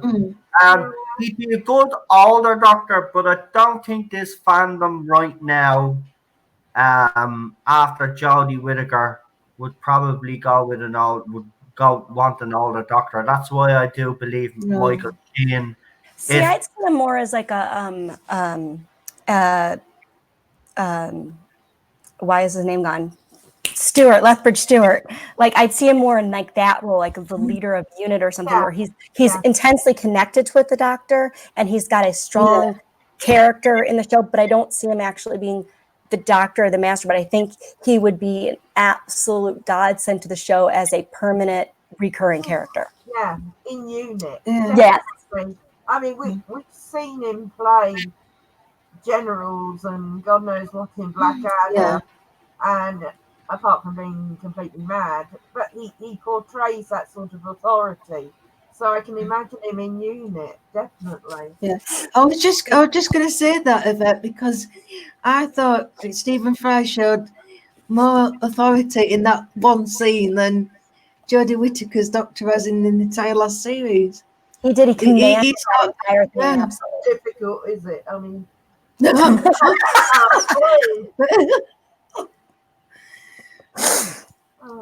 But it was. I mean, he absolutely held your interest. You were hanging on everything he had to see. Yeah. I could tell you minimal stuff about the rest of it, but it was just watching him. He just sucked you in, and you were 100% convinced at whatever it was he was saying, whatever's going on. You're like, yeah, what's the problem? Let's find out. I don't know. Will you be able to help us? And I'm like, maybe. Kind of hope so. I mean, the look on her face, she wasn't even sure. Right, that's the thing. Yeah, I'm a fan of Stephen Fry. I just hope he's not playing a toxic white male in it, because that'll just piss me off. Well, I think we can assume that he is. No, I doubt it. I actually doubt it. I think they're gonna be a bit dodgy. Mm-hmm. But there's probably something dodgy about him. Yeah, Eva, you're probably right. There probably is something dodgy about him. He probably has dirty underwear or something. General Melchett. Yeah. Wow. That's where you went? Right, Colin. I love that. That's the first thing that came to mind. No. Yeah. Five other things that popped in, and I can give them to you alphabetically or chronologically, but that was never one of them. But okay. And I think he'll be a bit pushy with her, and she won't like it because what we've seen in that clip. He was very commanding, as Cheryl's just pointed out. We were all transfixed on listening to every word he said. I can't even remember what Jodie said. I know she made some sort of funny kiss joke about French people, which was. Oh yeah, that was really not funny.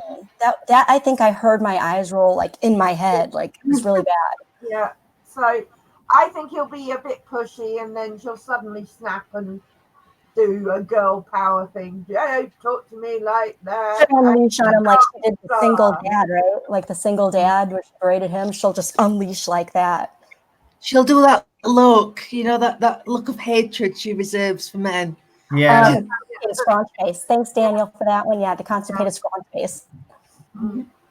It's like a judgy old librarian that you've picked out. I don't know, a comic or something. And she's looking at you like, oh, you're gonna read that. Like, I feel like that's the look she's always giving the men. Like, oh, look at you, bless you for trying. Like, she's just, it's so standoffish, and it's one of the things that isn't helping her because it comes across like what she's done in some of her interviews. And the thing is I know I am not the only one, but I know I'm in the minority that I was not completely opposed to a female doctor because I came to Doctor Who much later. I mean, Matt Smith was already well established as the doctor when I came into it. So it wasn't quite that, oh my God, it absolutely has to be a man thing. But just seeing her on Broadchurch, I couldn't envision her as the doctor because she doesn't have that kind of commanding, authoritative presence that he needs. Because Matt Smith, even when he was being goofy, he could turn on a dime and suck everyone's attention, and people respected that. And she just always seems like she's trying to be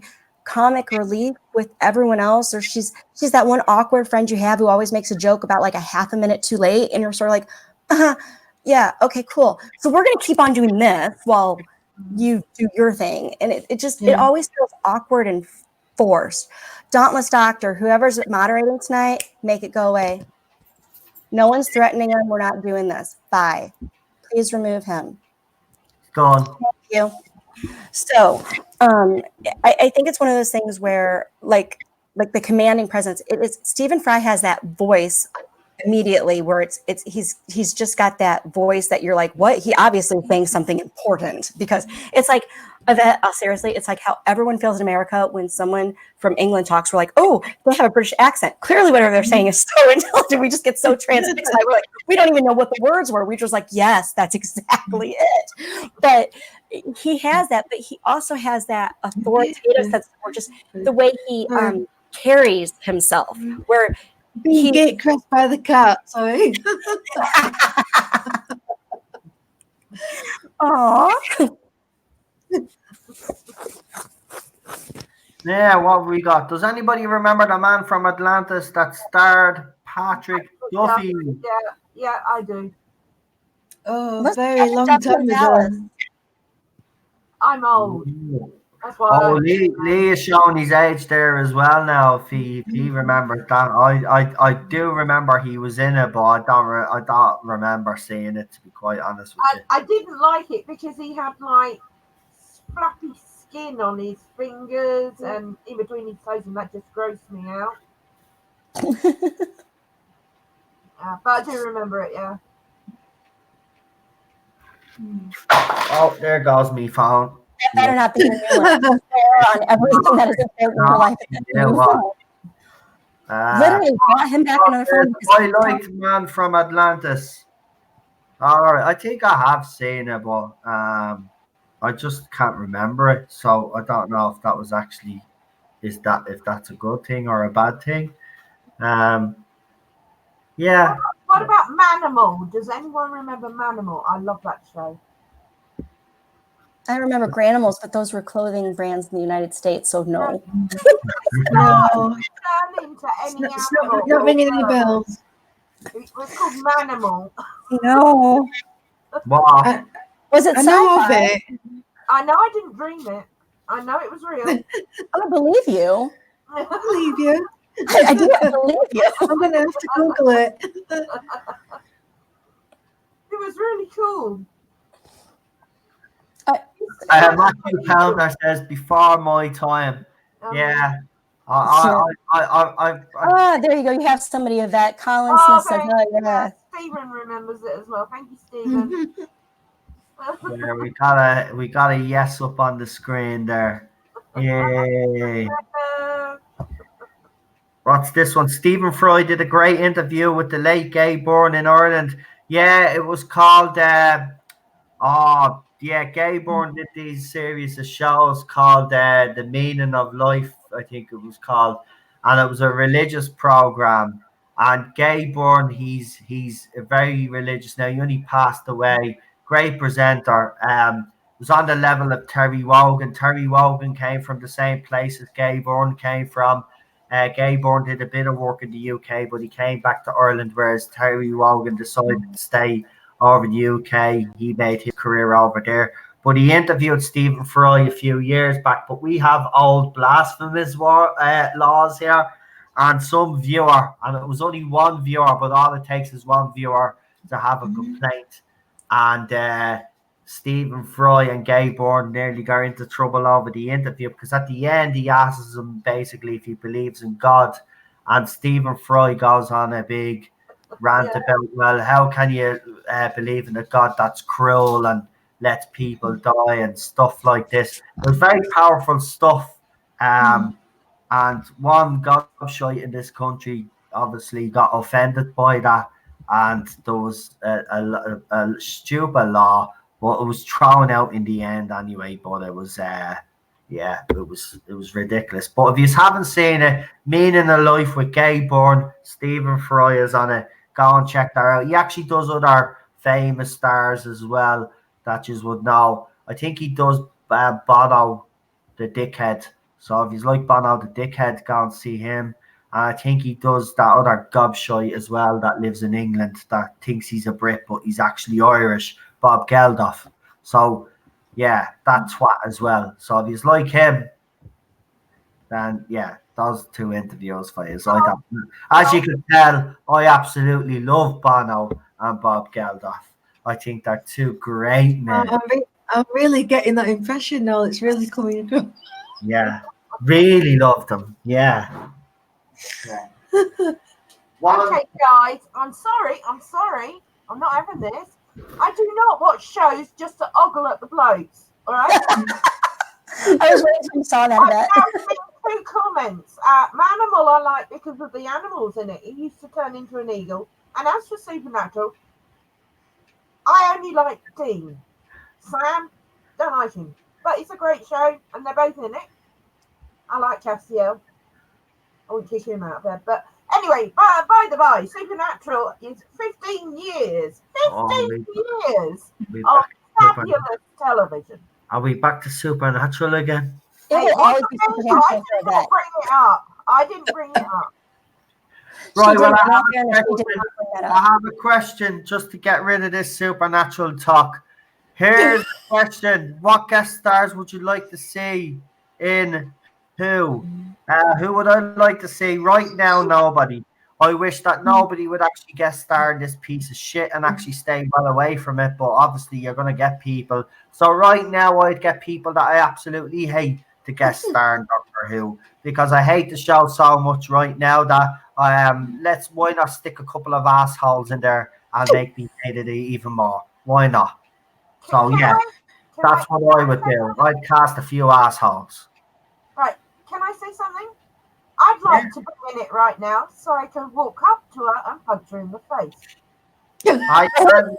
You can't say that. We can't have violence towards women, especially from a woman that we know would kick our ass. So we can't have you kicking our ass. So you have to apologize for that. I'm so sorry. I'm really sorry. See, there you go. So we're just putting a disclaimer out there. We're just putting a disclaimer out there. We do not encourage any sort of violence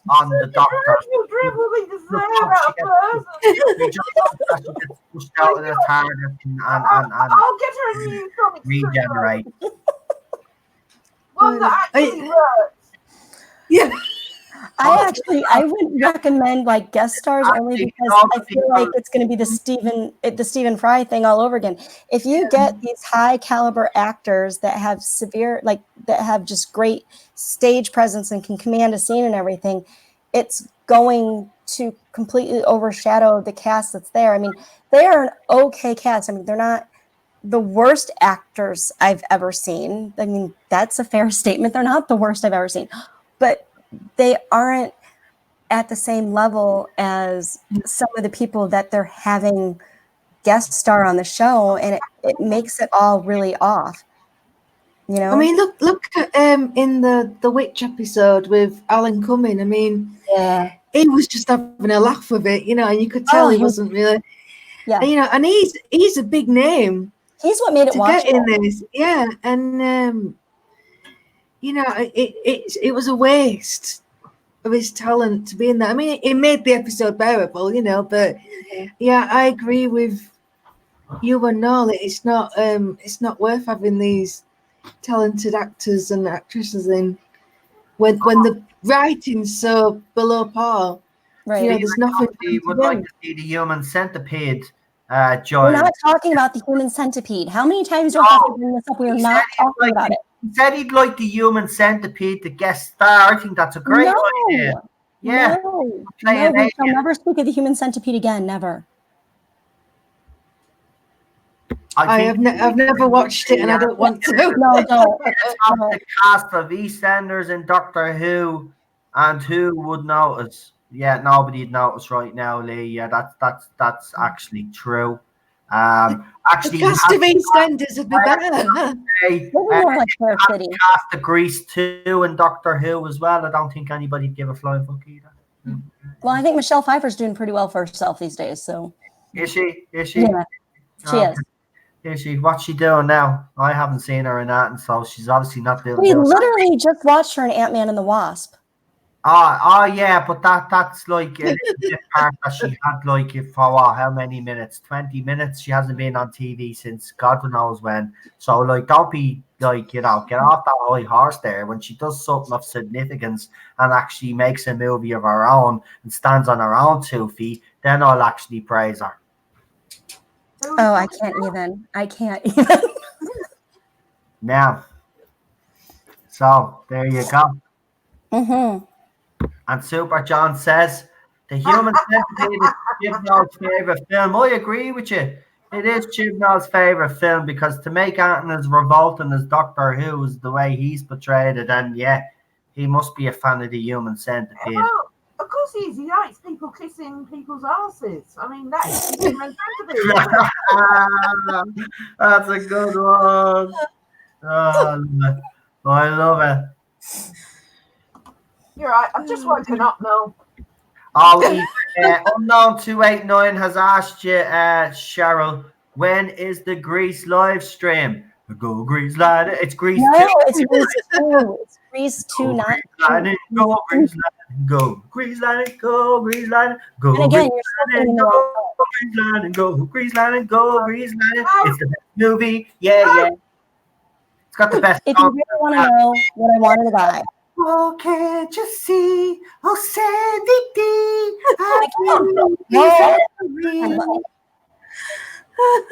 I'm hopelessly devoted to you. I'm sorry, did you guys hear my eyes roll? Did you? Because that was meant to be not quite so loud, but it is. That was painful. Please stop, Noel. Please. It's Grease 2. Yes, Paul, I was shaking my head. Can anyone hear me grinding my teeth? Hey, I thought that was a great performance and a cool impression. No. I'm sure you did. Yeah. I think it's BAFTA award winning. No. I'm sure you thought it was brilliant, Noel. I did. Uh-huh. I did. Right, let me see if I can find some juicy Doctor Who news that we can talk about. See if there's something out there that's happening right now. No, just to give you a bit of warning, I'm only doing a 2-hour live stream tonight. I cannot do what we did last time because I was dead the next day. Yeah, I'm the same. I'll have to go soon. Mm-hmm. Um, Yeah, me too. I have to go very soon. Poor Karen Gillan regrets acting over. Oh no, Doctor Who's Karen Gillan reveals regrets over her acting on BBC show as wee child. Yeah, she's basically looking at it now, looking back as an actor who's been in more stuff and been more challenging roles. Yeah. It's just looking back on, ooh, some of the stuff I did is kind of cringe for me. I wish I could go back and have it do over. I mean, she's not regretting Doctor Who or anything. It wasn't such a melt, Karen Gillan. Doctor Who at all. She's just saying that she wishes she could redo her performances in it. Oh, Johnny Depp was going to star in a Doctor Who film, says Karen Gillan. Yeah, I know. I told you that when I read you the article. Yeah, but I'm reading it to the others, right? So let's just assume that you've heard it for the first time. Somebody brought it up in the comments earlier. No, it needs to stay far away from Doctor Who. Yeah, no. I mean, I will say this out.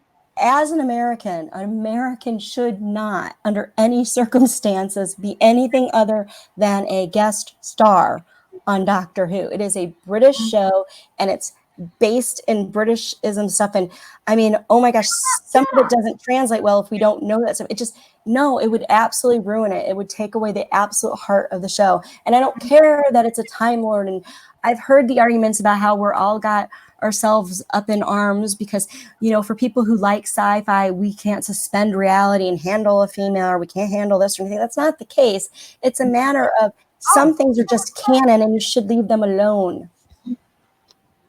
I mean, it'd be cool for him to guest star, but yeah. Yeah. No. Mm-hmm.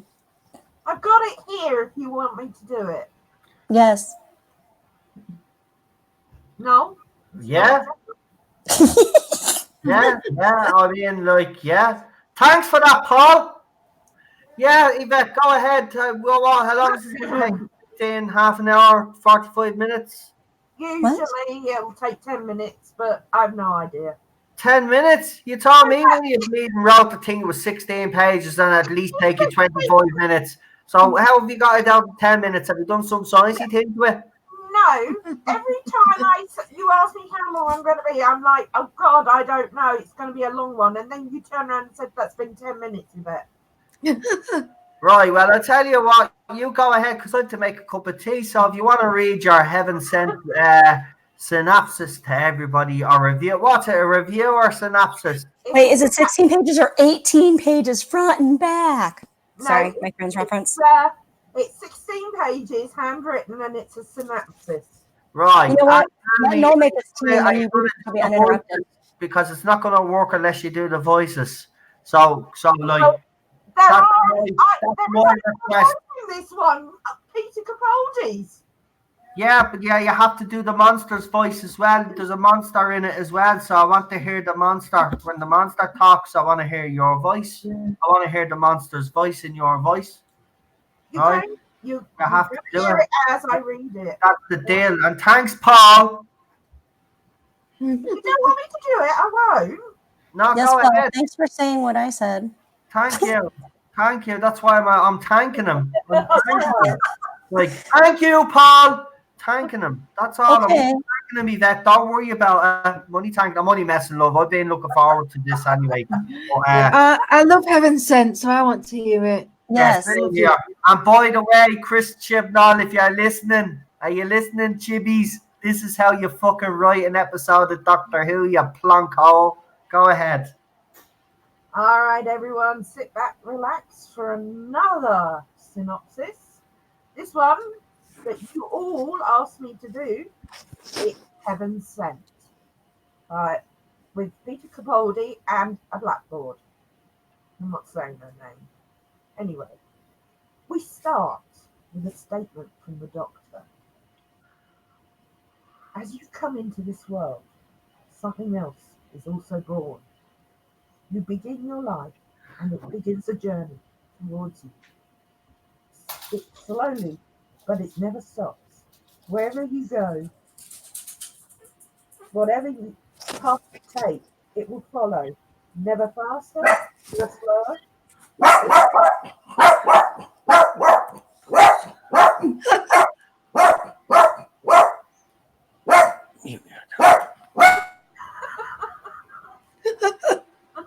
He wants to join in. Yeah. All right, where did I get to? Never slower, always coming. You will run, it will walk. You will rest, it will not. One day, you will linger in the same place too long. You will sit too still or sleep too deep. And when, too late, you rise to go, you will notice a second shadow next to yours. Your life will then be over. We see a hand pull a switch. Cogs are turning. The hand disintegrates. A tube lights up, and the doctor is inside. He steps out, looks around the room. The doctor says, "If you think because she's dead, I'm weak, then you understand very little. If you are any part of killing her, and you're not afraid that you understand nothing at all, so for your own sake, understand this. I am the doctor, and I am coming to find you, and I will never, ever stop." The doctor starts to look around. He gazes out a window. There are monitors everywhere. The view from the window looks like a castle. He comes across a spade. The doctor, frustrated, taunts whatever he's captured with him. The monitor shows images of the doctor. The creature lumbers round the corner. There are flies everywhere. He backs off, starts to run, hits a dead end. "I know you. I've seen you before." He gets to the door, opens it, but it's a brick wall behind it. He's scared, scared of dying. The creature stops, frozen in place.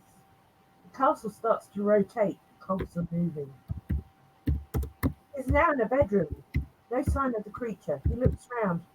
A picture of Clara on the wall. It's very, very old. The creature appears. He slowly backs off. Is it a trap? Or a prison? Or a torture chamber? He throws a stool out the window and jumps. Next, he's in the Tardis. He's in his mind palace. We see the back of Clara. Rule 1 of dying: slow down. More time to think. Assume you have survived. Always assume that. I'm falling, I'm dying, and I'm going to explain how I survive. Salty air. Castle is in the sea.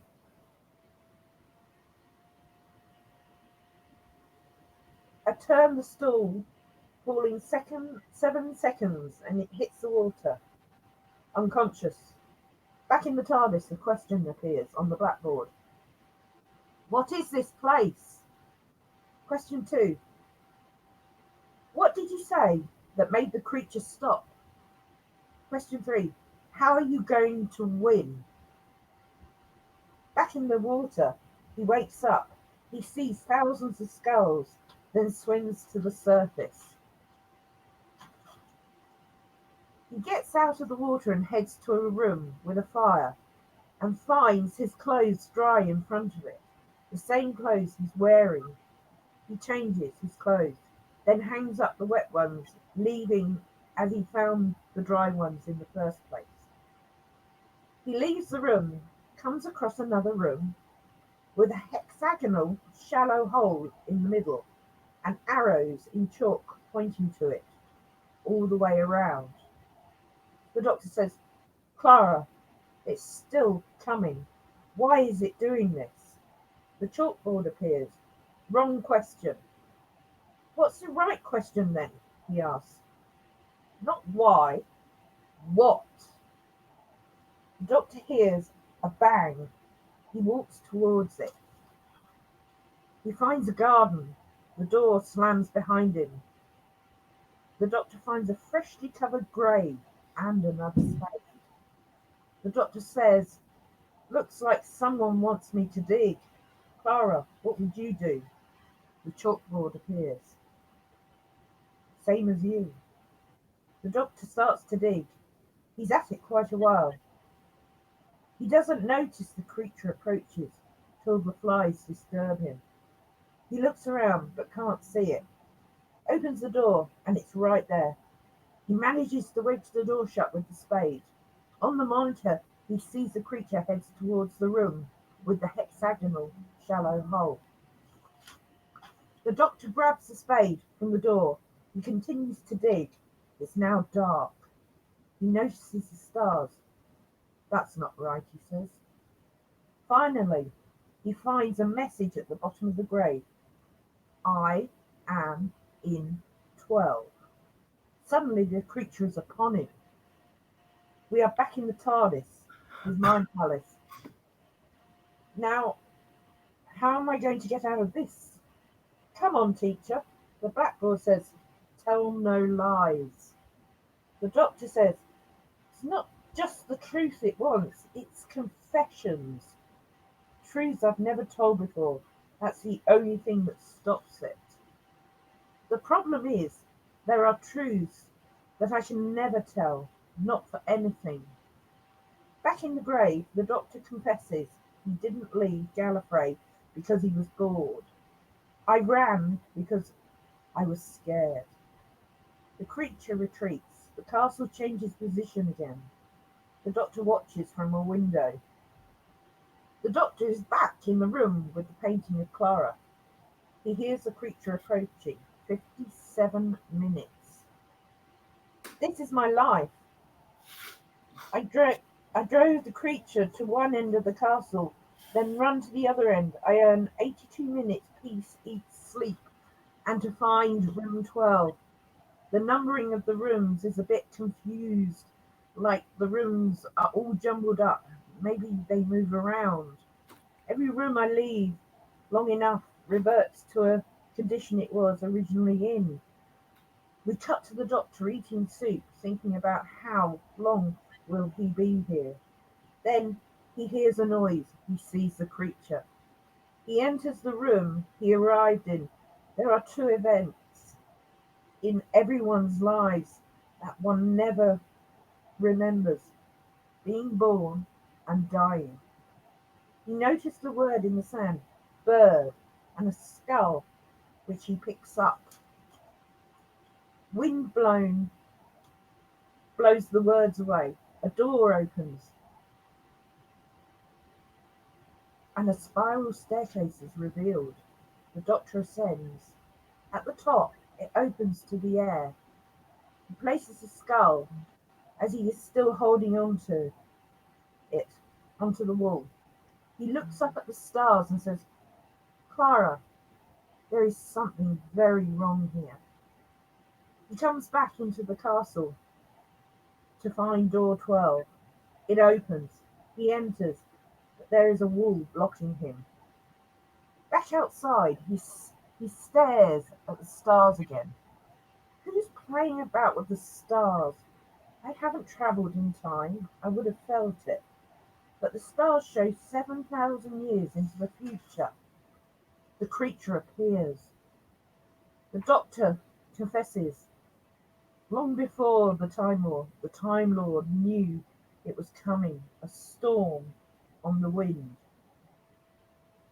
Stories, legends, in fact, of one of them was about a creature, a hybrid, half Dalek, half Time Lord, the ultimate warrior. But was it real or a fantasy? I confess, I know the hybrid is real. I know where it is and what it is, and I am afraid. creature backs off. The castle moves, and the skull on the wall falls off to join the thousands below. The doctor runs back to room 12, opens the door, walks cautiously down a corridor, and finds a wall of crystal with the words home engraved on it. The crystal, it's bentium, 400 times harder than diamond, 20 meters thick. The creature approaches. The doctor is back in the Tardis, Mind Palace. The blackboard says, "How are you going to win?" The doctor says, "Why can't I just lose?" The blackboard appears with "No" on it. "Clara, whatever I do, you will still be gone." Clara appears. "Get up, off your arse and win." Back at the crystal wall, the doctor says, "Hello again," to the creature.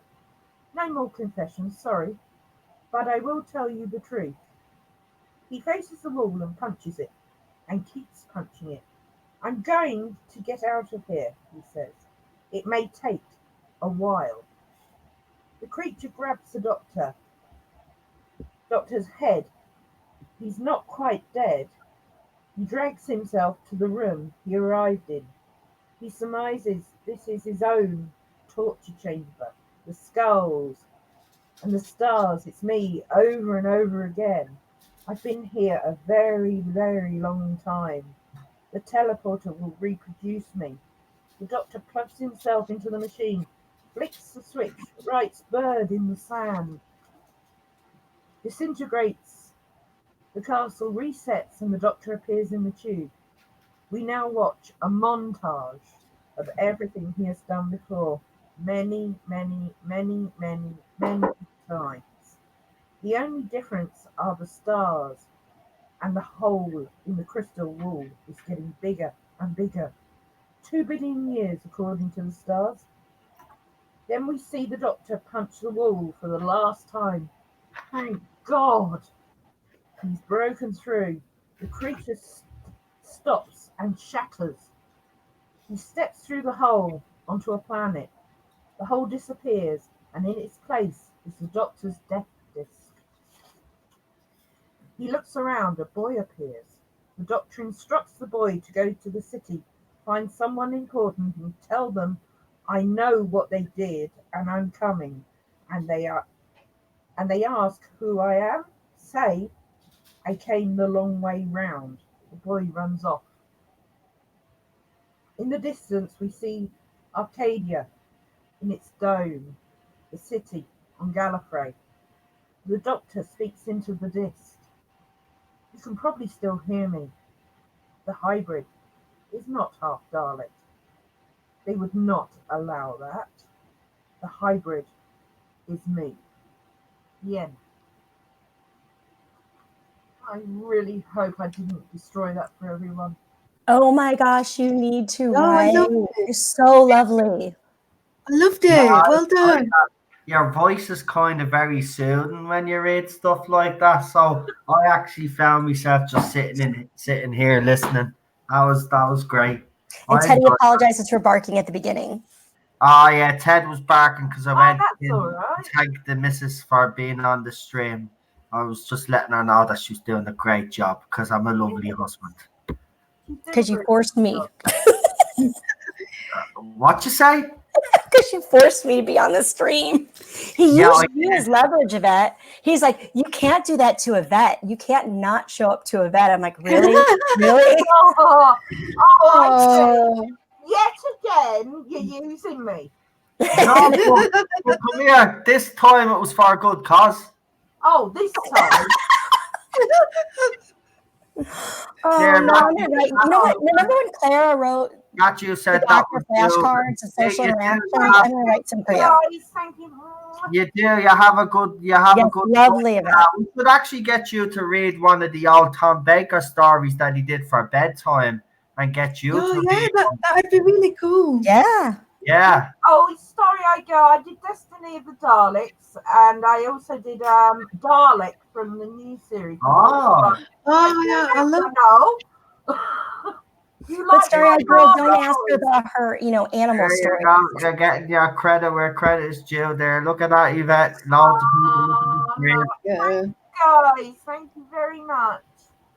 Yes, not one of my favourite episodes, but because That's one of mine. it, but I it's think difficult because it only had Peter in it. There was nothing to bounce it off. It was really hard to write that one, I have to say. But thank you very much, everyone. Always happy to please the audience. I'm happy you didn't crush a critter.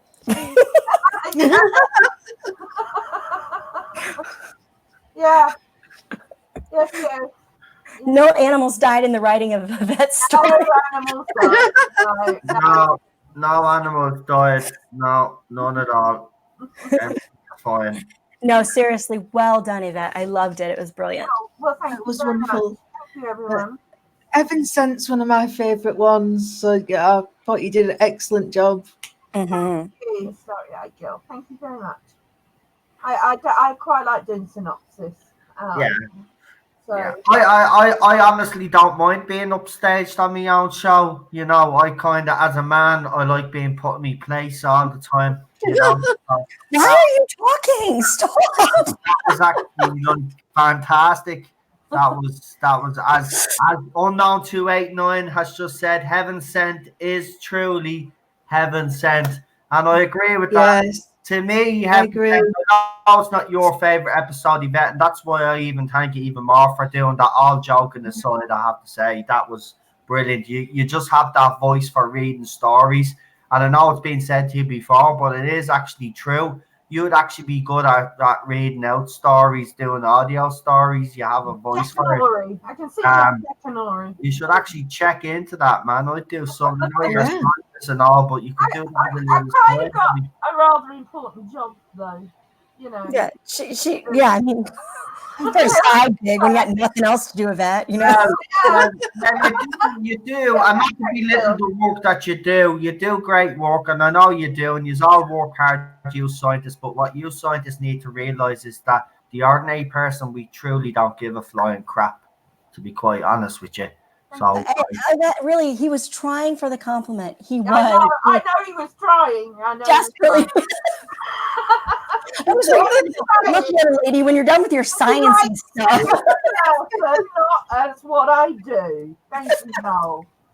But this whole reading, lack, I think you could get into it. Who agrees with me? Write in the live comments right now if you agree with me that Yvette should give up her scientific career the audio book genre, and you think that she would have the voice for it, please let me know. Yes, I bet you everybody will agree. Whether or not she would have her voice, or we don't think she should give up her science career.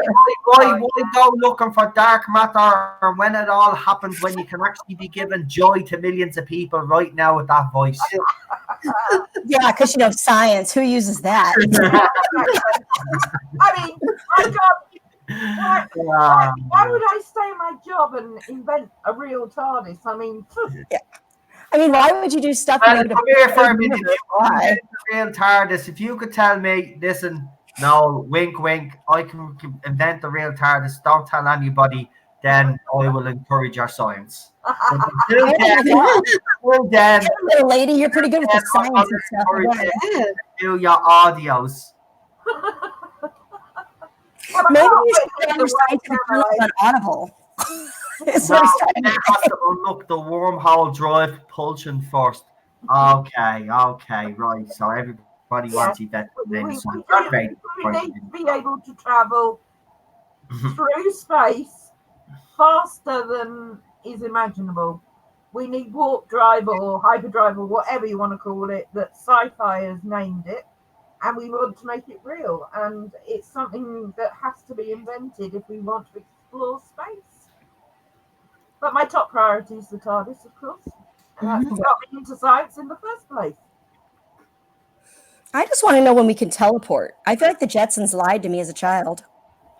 Yeah. Back to the Future, for fuck's sake. We're supposed to have hoverboards and we're supposed to have those instant dry jackets. We don't have them either. Well, we could look at 1984 and say, well, that one came true. Yeah, that's true. A little bit later than it should have, but it's here now. Actually, if I'm actually correct, haven't they actually invented a hoverboard? They They did, yeah, but it's not a hoverboard. Oh, is it not? Besides, didn't it catch on fire? Well, then it's not a hoverboard then. So Right, you call it a hoverboard. Plane jets on it. So yeah, it'll hover, but it's a rocket boost that's keeping it up. It's not hovering because of, I think it was like electromagnetic sort of sitting on an electromagnetic like Matthew, I just put this up because Matthew Pounder is one of our admins and I've known him a long time, and he always comes up with a comment that always makes me laugh, and that just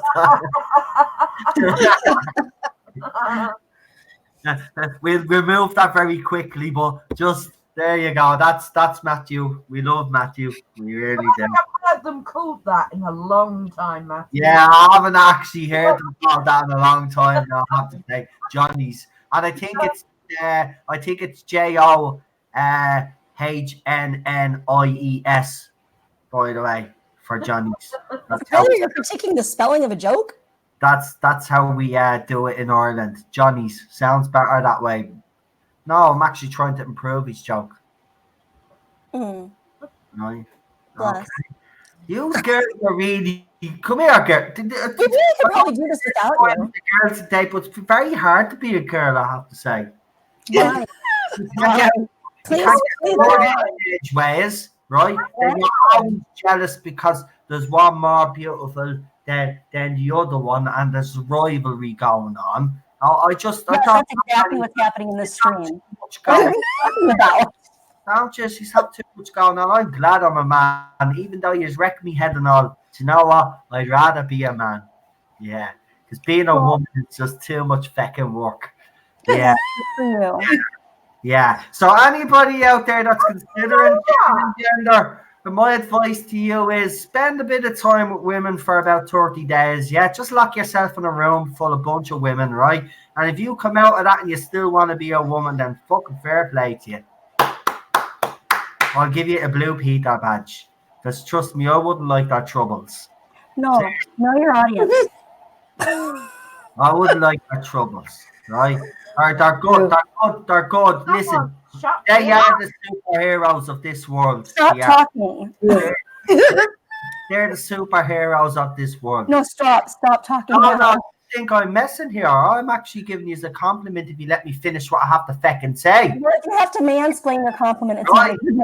Anyway, right, what I was going to say is with all the shit that women put up with every day, right, and then all the crap that their body goes through, right, and all the pressures that they're under, and then they still manage to have kids and keep it together. Do you know what? Women are already superheroes. They don't need these feminist assholes telling them that they need to be better because they're already great at what they fucking do. All right? That's the point I tried to make, but you fucking ruined it now. So I'll tell you what. You three girls talk about whatever you want, right? I am retiring now. Sharon is going to take over like Doctor Who. The channel has been gender swapped. Second pitch dad, new showrunner, Cheryl Flynn. Yay! Yay! Wow. Oh God, that means we're either Ryan, Yaz, or Graham. Who do you want to be? I don't care. Now you know why I'm not allowed to be in the room when he's streaming, because I'm constantly making a horrified face, like stop talking. Yeah, not enough time. Everybody knows. Listen. No, you said you were going to stop talking. You don't get to talk now. The girls have it. We have it now. Yeah. No. No. See, here's the thing, right? See, the power that you have is an illusion. He's not capable of not talking. Sharon can take this stream over all she wants, but you see, I have the power to end the broadcast. So then again, see there again, Good, then I can eat my ice cream. Women again pretended to be powerful when a man actually has all the power. I can kill this stream any second now. That's fine. I want to go to bed anyway. Yeah. Drop out any time you want. We're only 2 hours and 15 minutes in, woman. So like, No, it's time to go now. You told me I would be on an hour anyway. we're finished when I tell you are finished, and that's the end of it. I brought you on as guests, right? So at the end of the day, you are privileged to be on this channel. So you will do me the courtesy of staying on for 3 fucking hours. And if you don't stay on for 3 fucking hours, you don't stay home. No, are you mansplaining to us? He is. He's How dare you? How Man. dare you? Are you feeling brave because I'm not near you?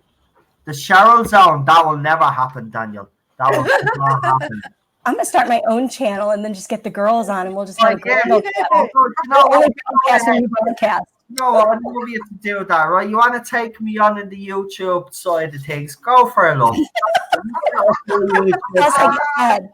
Take your husband on in the YouTube stakes, I'll still have more subscribers than you. Okay, who's for the adventures of Teddy and Cheryl? The Teddy and Cheryl show, and I will just have random people on to talk about whatever they want. And guess what? I won't talk over them. Ooh, that's a low blow.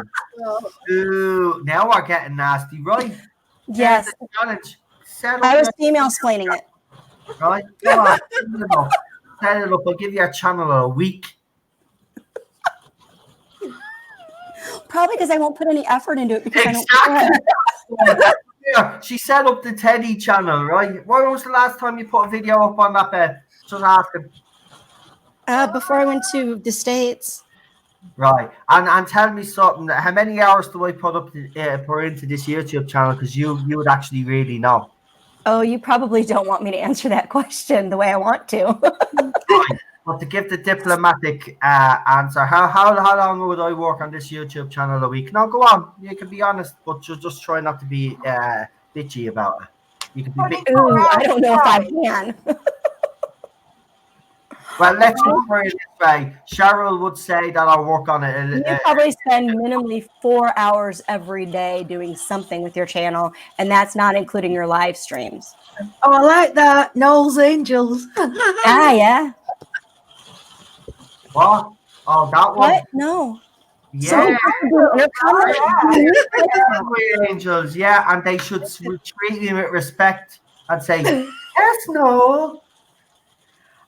no, I think you always need to remind people that you're trying to be funny and it comes across you're not. Like I'm crazy when you say these things because I'm not. Ladies, shut up now. Shut up a minute. No. Ladies, let's give it something else. No, that's talking. We worship you, no. We worship you. Here's the thing, right? Here's the thing. Few months ago, I would have gave a crap what people think of me. Right now, I don't care, right? The people that know me know what I'm like. People in the live chat have gotten to know me over these last few streams, got to know what I'm like, right? I might be funny. I'm not trying to be funny, right? This is just me. If people don't like me, well, then I would suggest you don't subscribe to my channel. If you like me, good on you. You know what I mean? This is the way I've always been. Not going to change. Nobody's going to change me. And that's just the way it is. And you know what? It's not true what they say. A woman doesn't change a man because a man could be whoever the fucking hell they want. Right? Because I haven't changed since I've married Cheryl, and I wouldn't change Cheryl either. That's the way it should be. Well, I'm pretty fucking amazing. At the end of of course you are. You married me. Of course you're pretty amazing. You married me. And you've ruined it. No, I didn't. No, I didn't. You're pretty amazing because you married me. Yeah, that's why I'm amazing.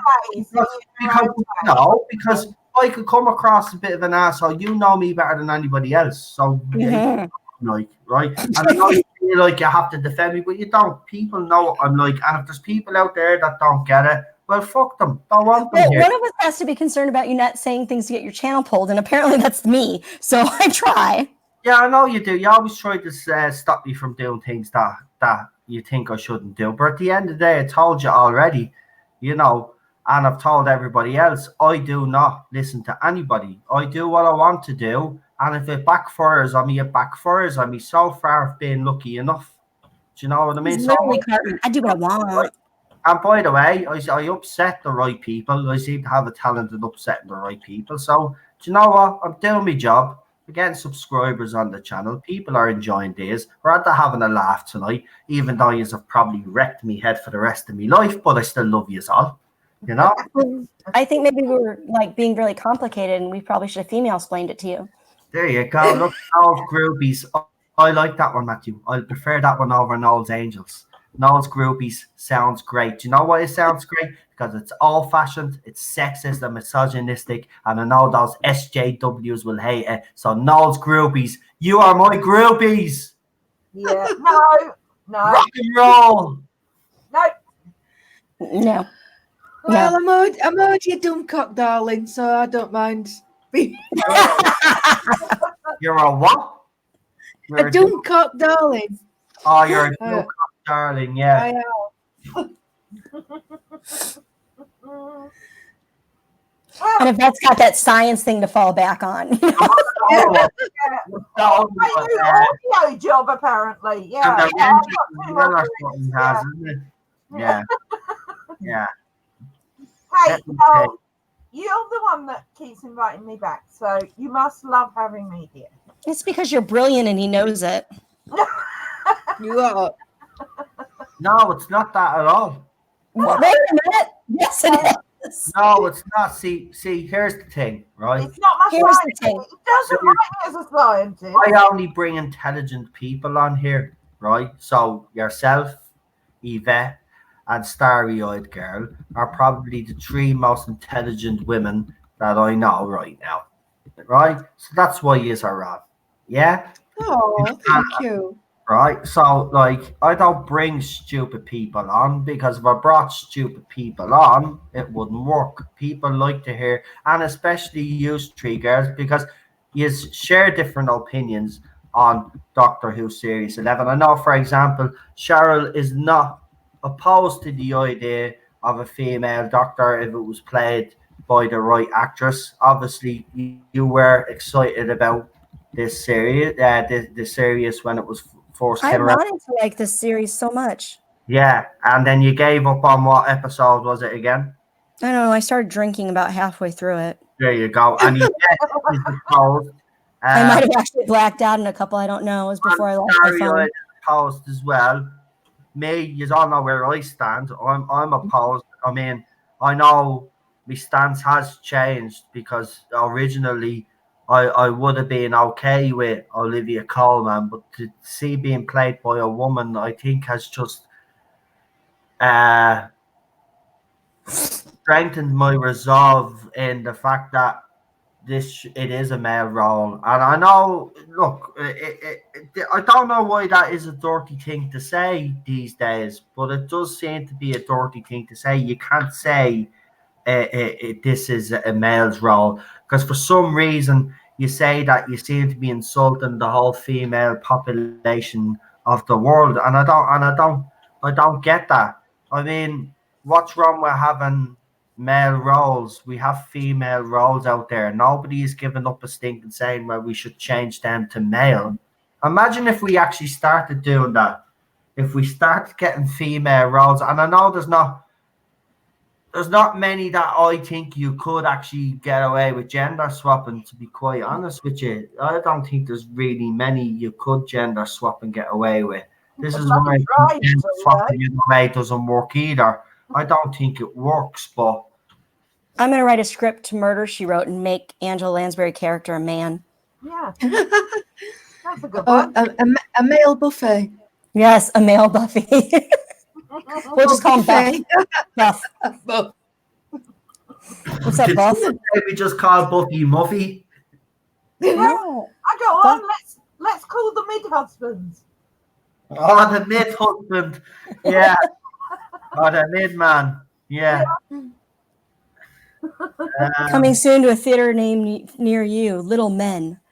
Our Definitely. Superboy. Or the adventures of the Shirley Holmes. No, that's the other way. Oh, No, yeah. no, we don't like that. No. Mr. Marvel, someone says, yeah. I don't know. See, I don't think it'd work. I don't think it'd work the other way. The way I don't think it actually works this way either. But No, I don't. you know, maybe Look, Ghostbusters. I'll say it. I get it that a lot of women feel that they're underrepresented in things because most of the leading characters of shows are men, traditional, whatever. Oh, yeah, they did have Castle. I didn't watch that. That was crap, though. But But they've had but in all the years that I've been watching television. So I don't get it. But well, I mean, the people that basically didn't have the female role models, you know, people much older than us, those are not the people complaining about. I know. About it's people that have had the entertainment experience saturated with strong female characters and female roles and books and movies and music, whatever. So I don't guess I get what they're whinging on about so much because there's lots and lots of strong female people. There is. I just as a female, I don't believe in feminism because I don't think we need it. I think with feminism as it was stood in the day, we should get equality, and women have equality, and that's that. But that's my way of looking at it. But that's my opinion on They it. don't want equality now. It's they No, I want, know. they want women to be better. Which is not feminism. No. Feminism means if there's two doctors and one is a male and one is a female and they're doing the exact same thing, they should get paid the same. That's where we need to focus on things like that. But and I'll be controversial with the Jodie thing. I mean, she's saying she wants the same pay as the male actors, but she's putting forth less time on screen and less time filming. So, I mean, then make it a per episode thing or whatever. I don't have any problem with a standard rate or whatever, but you've got to do the same work. You can't do a job and do less of it and expect to be paid the same. I bet you if you actually calculated it all back, she's actually being paid more than some of the others. I'm sure she has. There is an increase in the living wage every year. So, and I mean, I'm done. And I think we all talked about this earlier. I mean, we're all, as women, I know for me personally as a woman, I am sick of seeing female characters basically being some male character that they've just reimaged. Come up with a brand new character. Give us something that hasn't been seen before. That's what I want to see. I don't want to see some girl, some woman doing the same role that a man did, trying to prove she was better than it. I want to see some creative, intellectual stuff on my screen that is interesting and entertaining, and that I think the person acting is well suited for the job. Yeah. A very good example of that was Buffy the Vampire Slayer when it came out. There was nothing like it. And that was made specifically to have a female, small, tiny female, be the biggest badass out there. And you're telling me no one can think of anything like that now? No. It's embarrassing as an entertainment industry that they can't. It is. Come up with any originality for you. Exactly. They're lazy. That's what it is. It's just pure laziness. Instead of actually addressing the issue head on, they're basically sidestepping it by doing this, in my opinion. They're actually weakening the movement, which, you know, by all means continue doing, because people are starting to see that this is all bullshit now, and they're starting to turn. You know, that's why I believe the likes of Wonder Woman 84 has done well. Why Ghostbusters Afterlife has done very well. Why Joker actually did very well. You know, if people are starting to turn on these movies now. They're starting to turn on this rhetoric. And, you know, Hollywood, look, they at the end of the day, right, they're going to go back to where all the money is, and they'll eventually get tired of this bull, and they'll course correct again, because they'll have no choice but to do so. But here's the thing: if they do not address these issues, that clearly are happening, right? And they don't start creating new stuff, well, then we're going to be in this situation 20 years down the line. It does need to be tackled, but this is going the wrong way about Well, it. look at the difference in how long there used to be between the making of movie remakes. Like, for instance, A Star is Born, we're on the third remake, but there was a ton of time in between them, and like they made it, like it still was the same movie concept. They just sort of like, I guess brought it more into the current time or whatever. But it's like with superhero movies and things like that. I know Paul mentioned Captain Marvel, and then he brought up about Agent Carter. So if you can't come up with a brand new concept, then take one of the lesser known characters that have been in a superhero movie or a comic or something like that, and develop that character and give us something to work with. Someone that we haven't actually heard anything about. Stop just picking roles and being like, oh, you know what? Let's just make this a woman now, because that's lazy and stupid and it insults everyone's intelligence. Yep. Yes. Right, guys, I'm going to go and say goodnight. I'm really sorry. No, I think we're done, aren't we? I've Aren't we done done? 12 hours. I think I've done all right. So, You've been amazing, Yvette.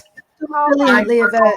As usual, Yvette, it was a pleasure having you on. I love being on. I love being on, and I thoroughly enjoy myself coming on here. So, and tell Cheryl and Starry I go, and of course, Yeah,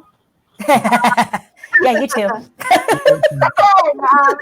it's great to have another all-female group, which I have. Are you afraid to bring me on with other men? No. All-female panels. I decided to do. Why not? Have a bit of variety. I'm all about balance on this show, so I've had folks on before for the past couple of streams, so I'm just balancing it up, really. Fine. I'm all about balance. Just curious. And being fair, you know. I know you find me a little bit intimidating. I'm basically doing what BBC is doing. I'm ticking boxes and quotas. We'll schedule a Tardis zone takeover. Yes. That's That not would be cool. Anyway, guys, Good night, Yvette. thank you very much. Good night, everyone in the stream, and I will see you all in the chat. Oh, Yeah. Yes. Good luck. I went away. I'm good now. Which story everyone wants next? And Okay, I'll ask everybody. Yeah. Which story would you like to hear? I'm going. You can just. Yeah, let me know. Good night, Yvette. The votes. Actually, you know what I'll do, guys? I will put a poll on the community thing, and I'll ask you a question. I'll ask you a question. What yoke on my community post, yoke. I'll ask you what story you want to hear from Yvette, and then just let me know, and then whatever it is, I will let Yvette know, and then she can go and do it then. Okay, let's. Paul has another point to make there. Let's see. Again, let's be accurate. By the time Endgame came around, Downey was making more than Brie Larson. Don't cherry pick your facts. Okay, that's fair enough. A few people saying good night there. Good night. Another good night there. Matthew was here as well. It's nice to see Matthew in the chat, actually. Let me see. Downey was paid $550K for Iron Man, which was the first film. After that, he was the highest paid actor of all of them. And rightly so, actually. Iron Man, look, there would not be an MCU without Robert Downey Jr. I agree. Really, I absolutely agree. Believe that. So, yes, he deserved to be the highest paid actor, in my opinion, because Iron Man, the first Iron Man is actually, I think, is a great movie. I didn't like the other two. The other two had problems, but they weren't bad. But he was in the Avengers as well, and he made up for it in that as well. Look, Robert Downey Jr. is not a bad actor. I love him and that he's Yeah. been in, to be quite honest with you. Actually, I heard he's doing a Sherlock Holmes 3. Is it? So yeah, that was rumored a couple of months ago, and then he came out and actually said himself that there is one. I think Guy Ritchie is coming back to direct. So yeah, I'd love to see a third one.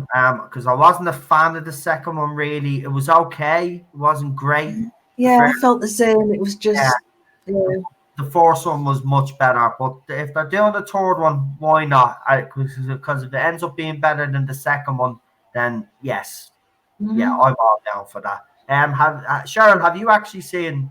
You have seen the Sherlock Holmes movies with Robert Downey Jr., have you? Yes. Yeah. Which one's your favorite, the first one or the second one? The first one. Yeah. Everybody's the same on that one. Yeah. Actually, I wanted to ask you a question because I was asked this earlier in the week. No, I seen someone was asking someone else earlier in the week. And I actually seen it on something. I don't know what we've seen it on. I think we might have seen it on Derry Girls as well last night, Cheryl, because that's why it popped up in my head again. But here's one for you. Which movie sequel, right? And you guys in the comments as well give me your answer and I'll pop them up on the screen there. Which sequel was better than the original movie? So have you got a sequel that you liked that you thought was better than the original? Now it doesn't have to be the typical ones that everybody knows. If you actually have a personal movie that you think the sequel was better, then again let us know. Well, the obvious one for me would be Aliens, but I mean that's a popular Yeah. one.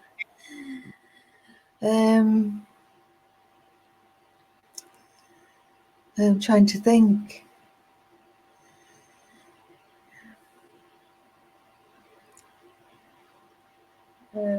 That's really difficult when when it's on the spot. Yeah.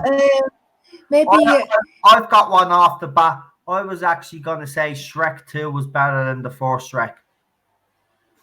I like yeah, Shrek I would 2. agree with that. I would say Captain America: The Winter Soldier. I preferred that one to. I mean, I like the first Captain America film, but I liked the grittiness of the Winter Soldier. It was much more grounded. Yeah, my brother is a huge fan of that one. He prefers the second one over the first one. Cheryl, if you What? say Grease 2, I'm going to kill you. Right? Oh, I said, which original film do you think the sequel was better than the original? okay. So, but not Grease 2?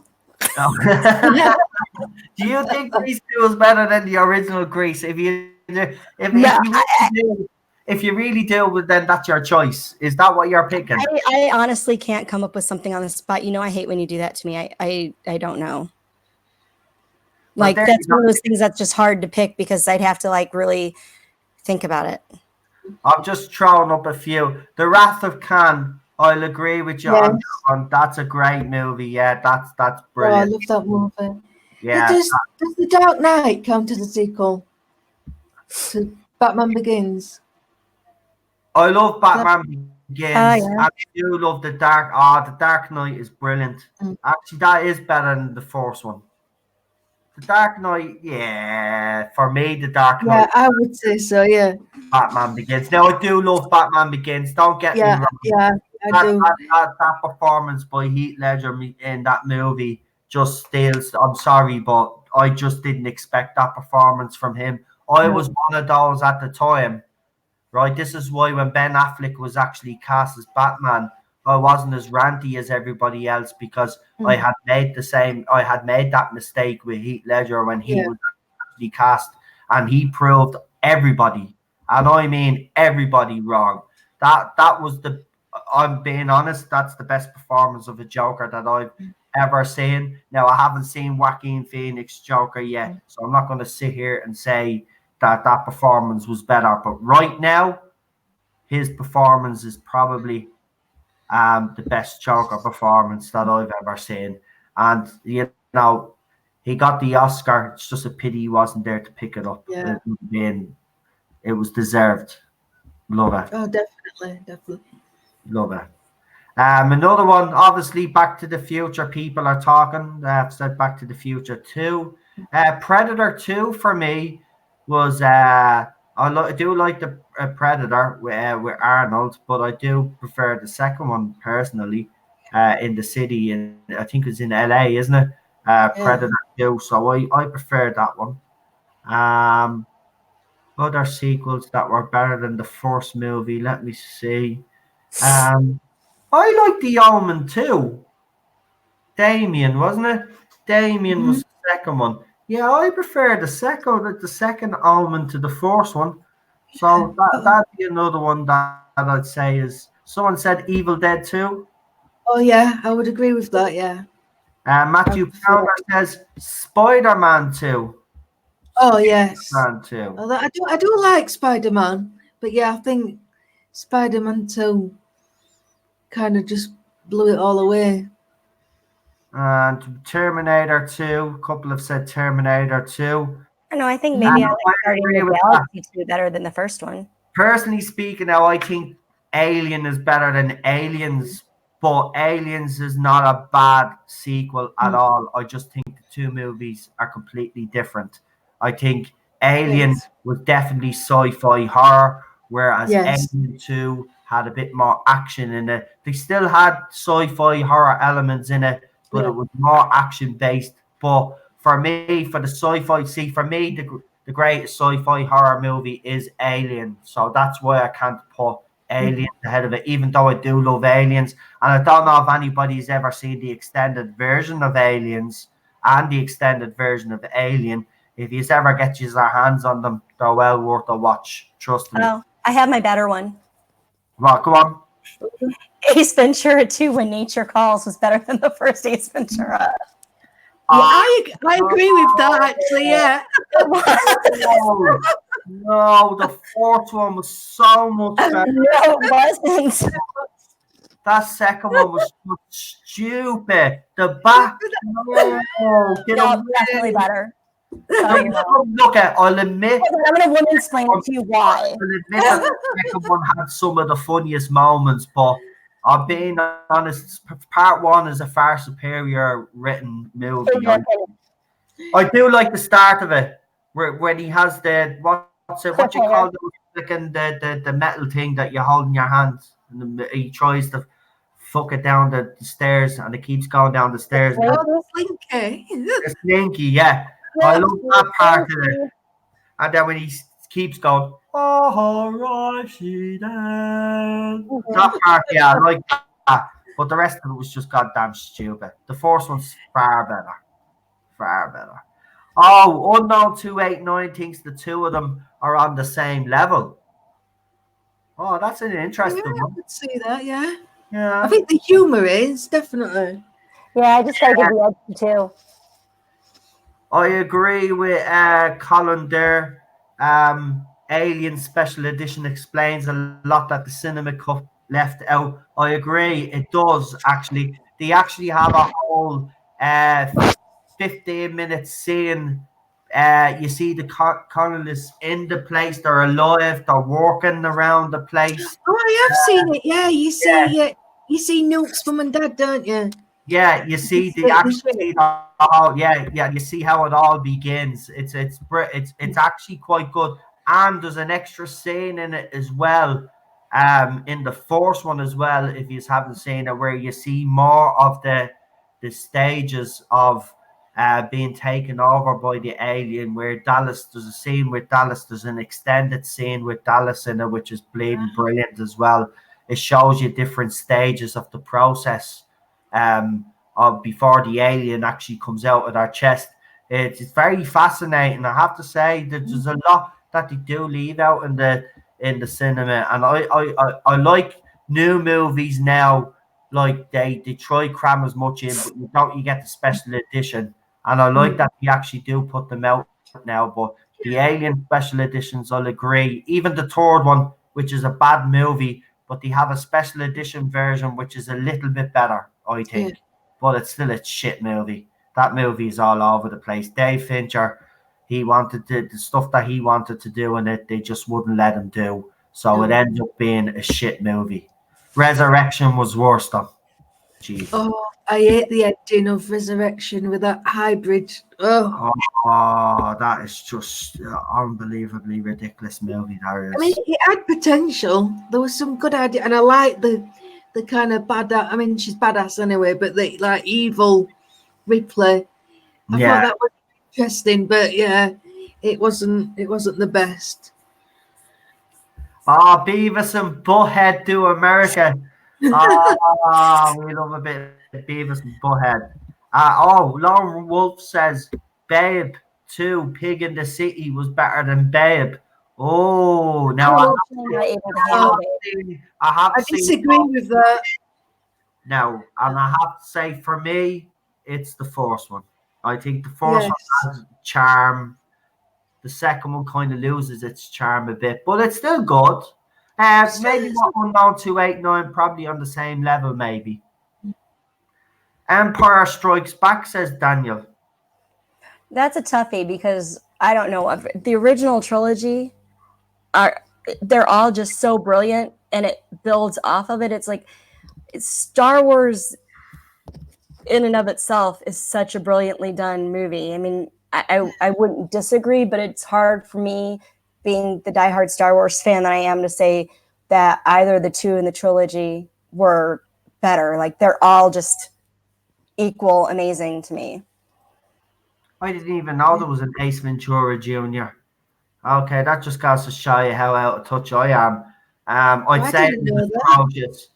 Ace Ventura Jr., never heard of it. And I say it's atrocious anyway. A movie with that, no.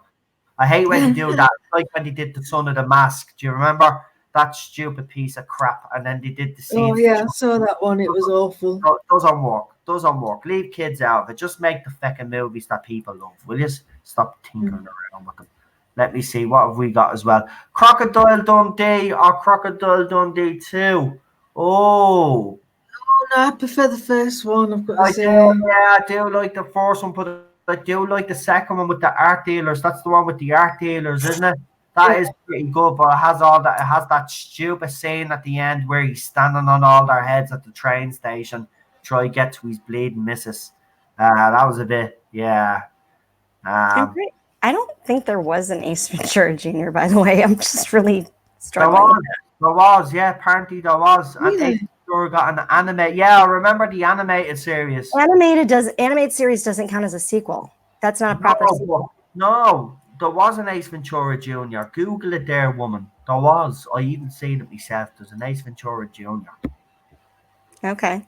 It's just not a kind of thing that I think would appeal to me. I don't know what the point was. So he shagged Courtney Cox and they had a kid or something, and it's that kid. Oh, I don't know, but it's got and it's from 2009. I'm not even counting that. That's not a sequel anyway. Paul says The Empire Strikes Back is the best. Paul, that's a pretty bold statement there, Bryant. There. Oh, it is a good movie, but Rogue One. I'm gonna fight for Rogue One. I'm gonna fight for Rogue One. I know it's Disney Star Wars, but Rogue One was pretty epic. Yeah, but it definitely wasn't the best. Even though, like, there was no need for the fucking movie, we didn't. No, it was a brilliant movie. It was well done. But it was a good segue. But I mean, I'm not going to argue and say Empire Strikes Back isn't beyond brilliant. I mean, they're all amazing.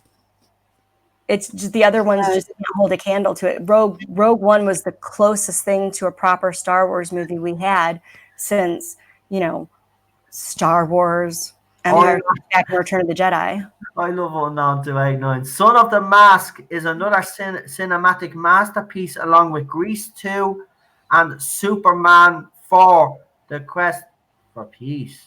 Oh, don't put the Quest for Peace with Grease 2. That's just not right. At least you've got taste there, my friend.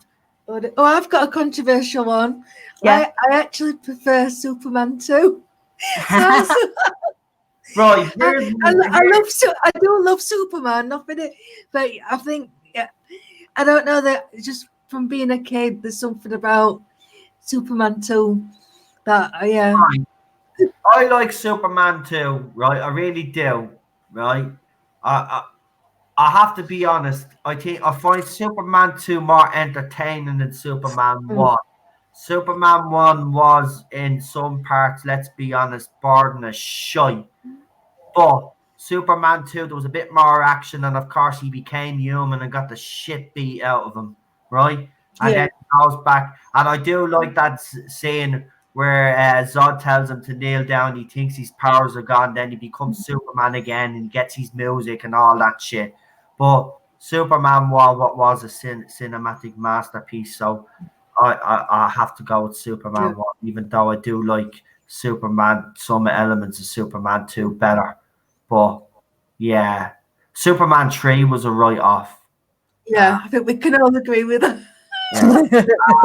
We won't even talk about Quest for Peace. Let's just pretend that that fucking movie doesn't exist. Oh. Shaun of the Dead, Hot Fuzz, or World's End. Don't be doing that with him. Shaun of the Dead. Hard choice. Oh, I don't know. It's No, that's a difficult. hard choice because Shaun of the Dead is Shaun of the brilliant. But Dead. Fuzz. I really And like Hot World's Fuzz End as is well. fucking brilliant as well. Right. Here's my order. Shaun of the Dead first. Oh no, I can't now because I need to put Hot Fuzz there then. No. Okay, hold on. Right, it's Hot Fuzz, Shaun of the Dead, and World's End for me in that order. Mm. I agree with that. No, actually, yeah, yeah, See, that's 'cause what I would. Hot Fuzz is so much better. It is Hot Fuzz. It's just brilliant. Like he tries to be serious, but at the same time, it's a whole piss take. Mm. And watch that whole movie again. It's just so very well made. Seriously, Simon Pegg and the other guy, God love him, I can never remember his name. But the two of them together, when they write something together, it's brilliant. There is a Shaun of the Dead 2 apparently coming out with those guys again, so it will be well written. But I have to say, I think Hot Fuzz is slightly better. I'm being honest. I think it's Hot Fuzz, Shaun of the Dead, and I think World's End out of those three is the weakest. Yeah, I agree with that.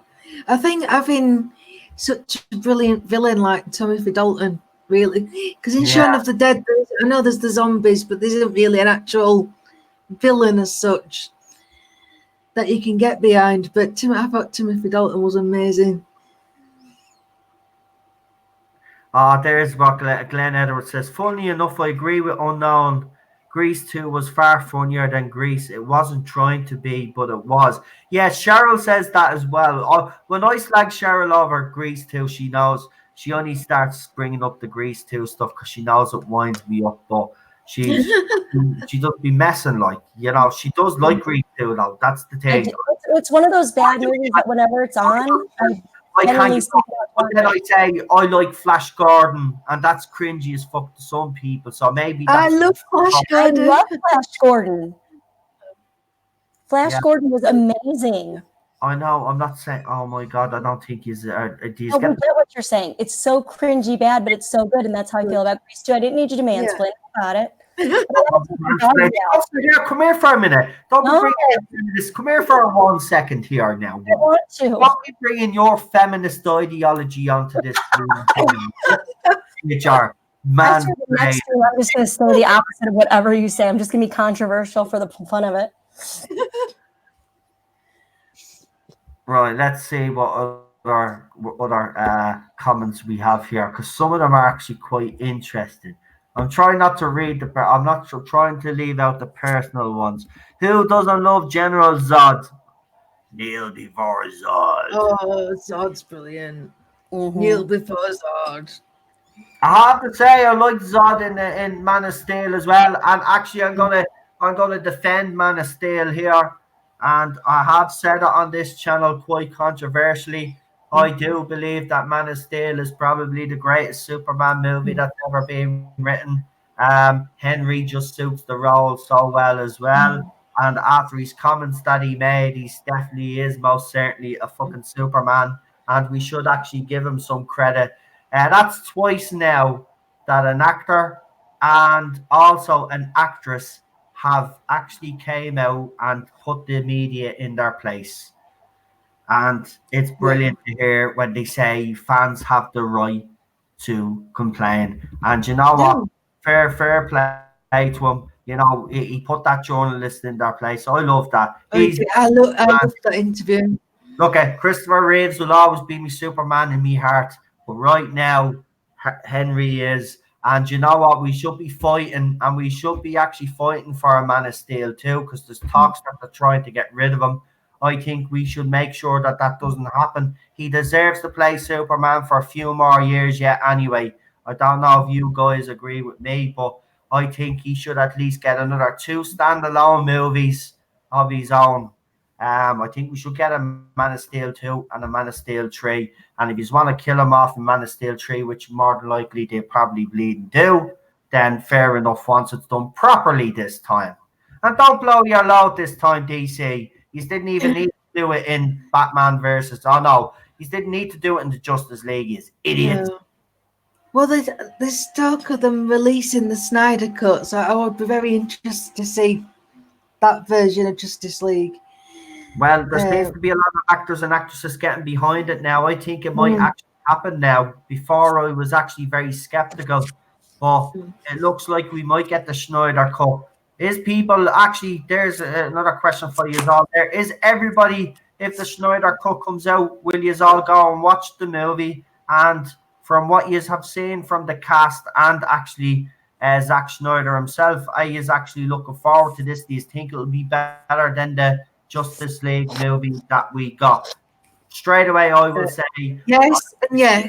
I think cinematically it will be if it's finished, of course. See, here's the thing: we have to be careful. We might get a Schneider cut, right? But the Schneider cut that we will get probably won't be finished, if you get me. There'll be a lot of non-CGI parts in it.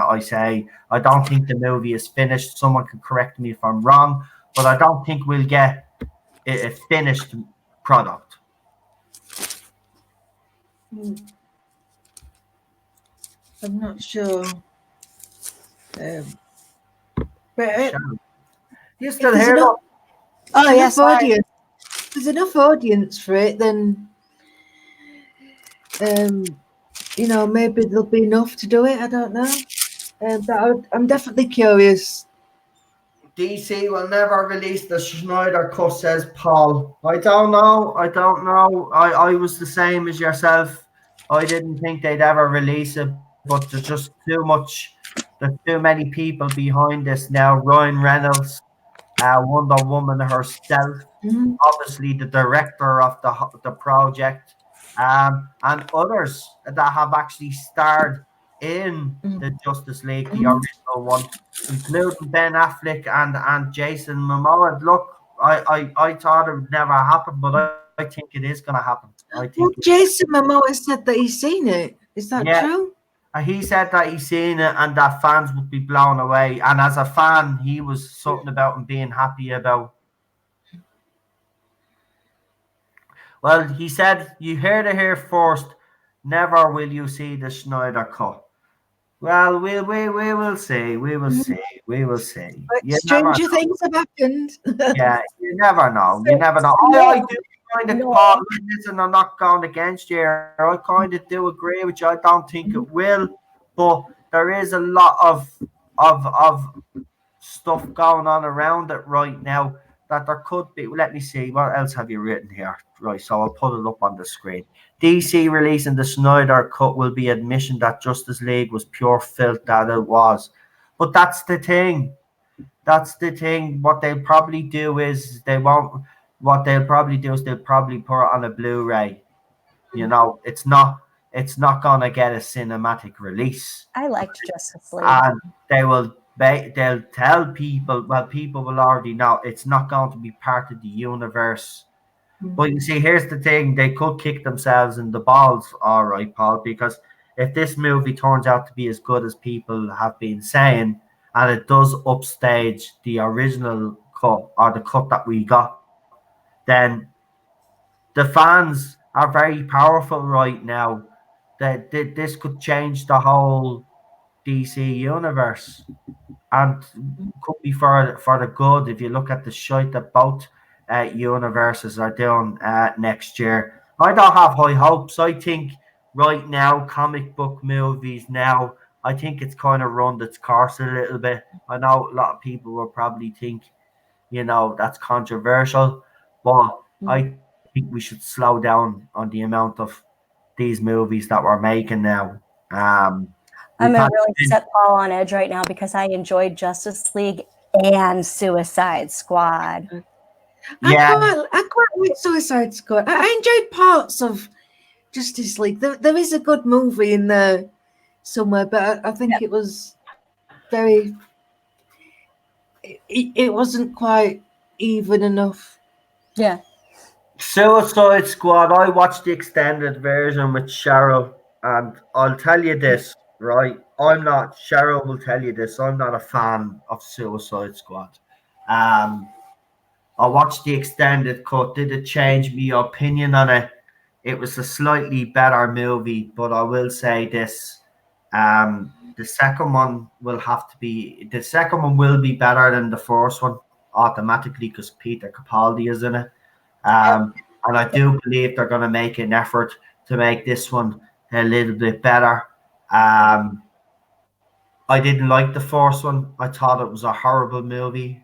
Um, what you call it? I thought the casting choices were perfect. I just didn't like the story. I thought the story was actually ridiculous, to be quite honest with you. It was a very lazy, uninspired story and far too much CG.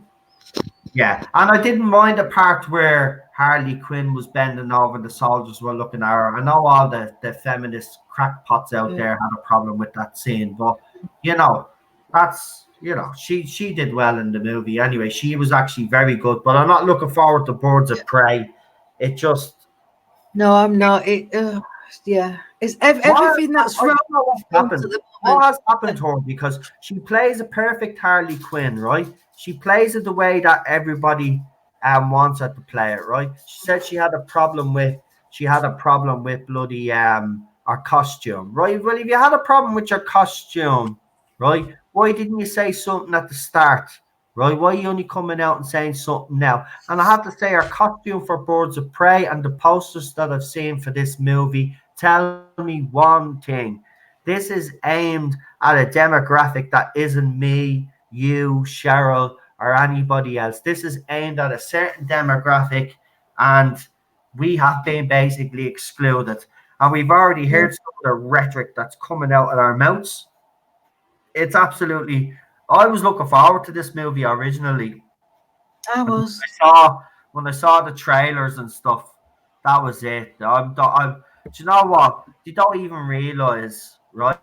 They could have had a gold mine with her, right?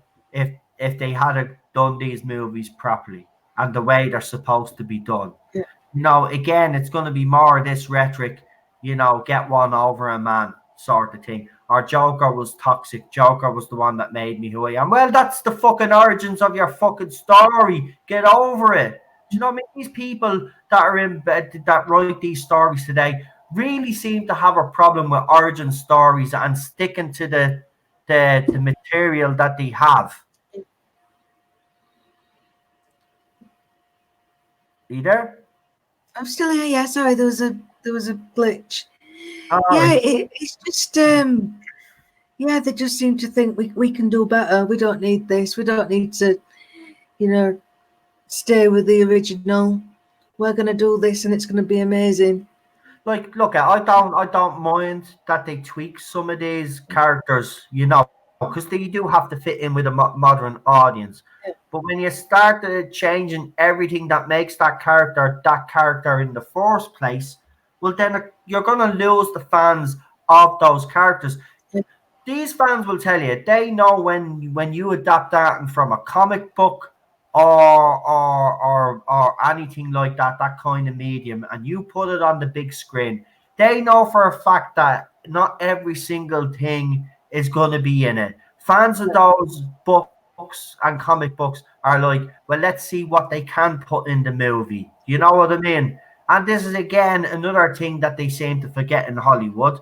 If you don't attract those fans, these movies are not going to do well because the reason why the comic books, the books, and all these cartoons that these shows, these characters have done well, is because these people are invested in the characters. When you start Yeah. screwing around with that character, then you lose that fan. Yeah. I mean, I don't know where you stand on that, but that annoys me. They should just leave the characters. If people are not, you're not. Look, Yvette said it earlier, didn't she? You're not going to please everybody all of the time. But what you could do is you could strike a balance. Yeah, that's all we're asking for, just a balance. Yeah, it's just why wouldn't you play to the established audience who's going to buy stuff, who's going to see your films, going to buy the toys and the merchandise, because they've been following these characters for years. Exactly. But they don't want to do that. They just want to cater to a small minority. It's stupid. It is, because in the long run, I just don't see how they can become profitable.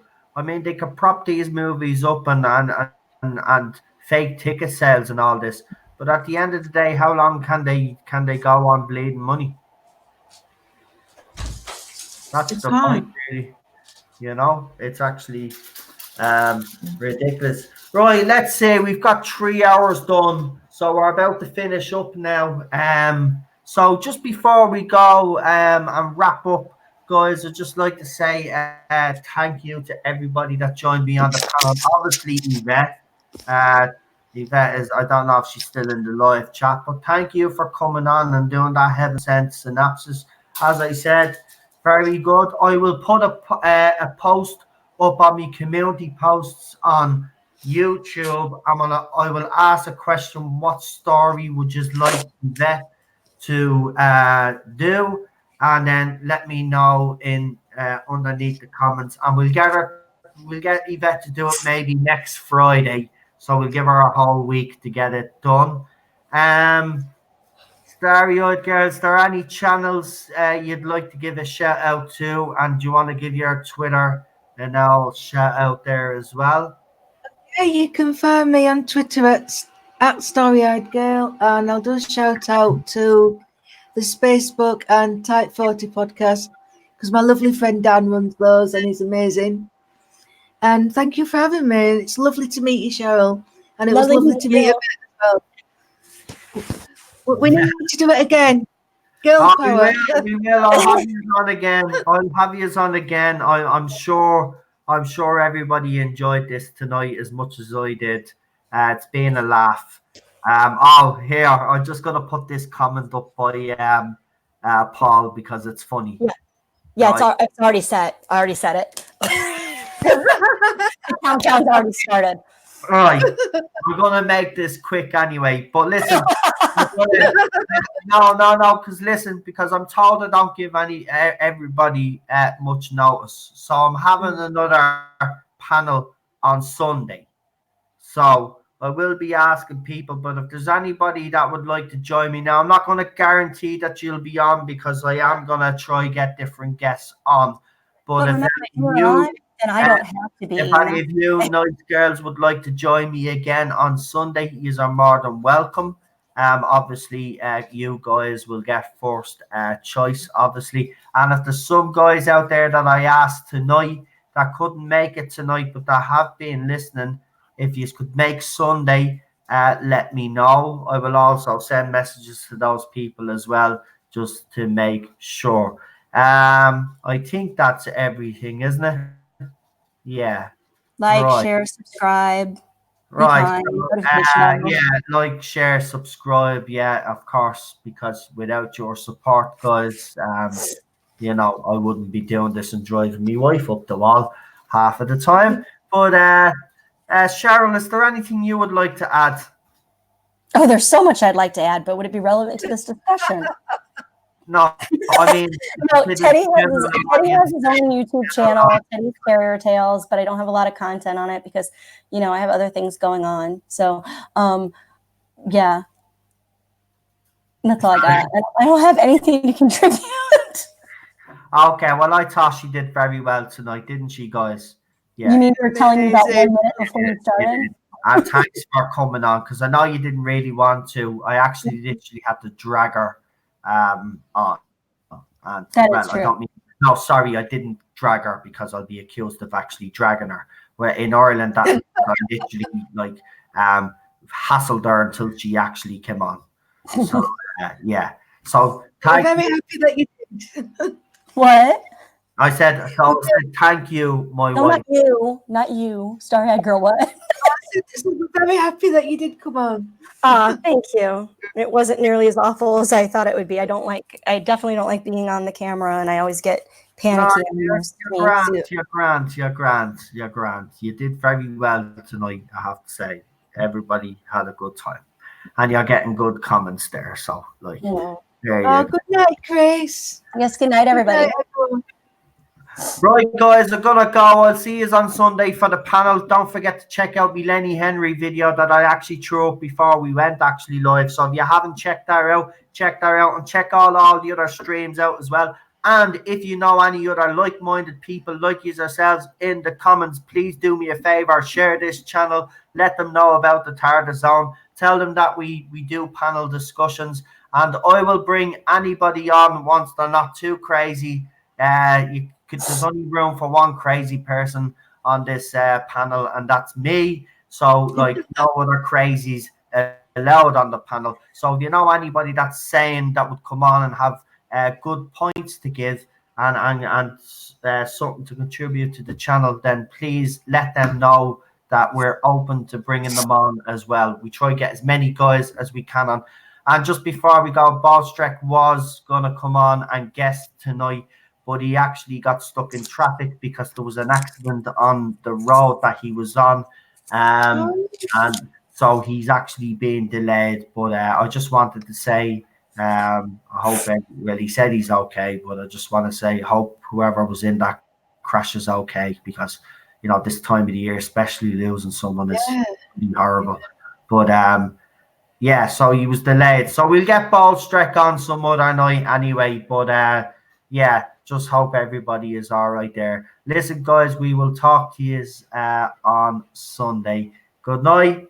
Bye-bye. Bye. Bye. Only 6 minutes over. Yeah.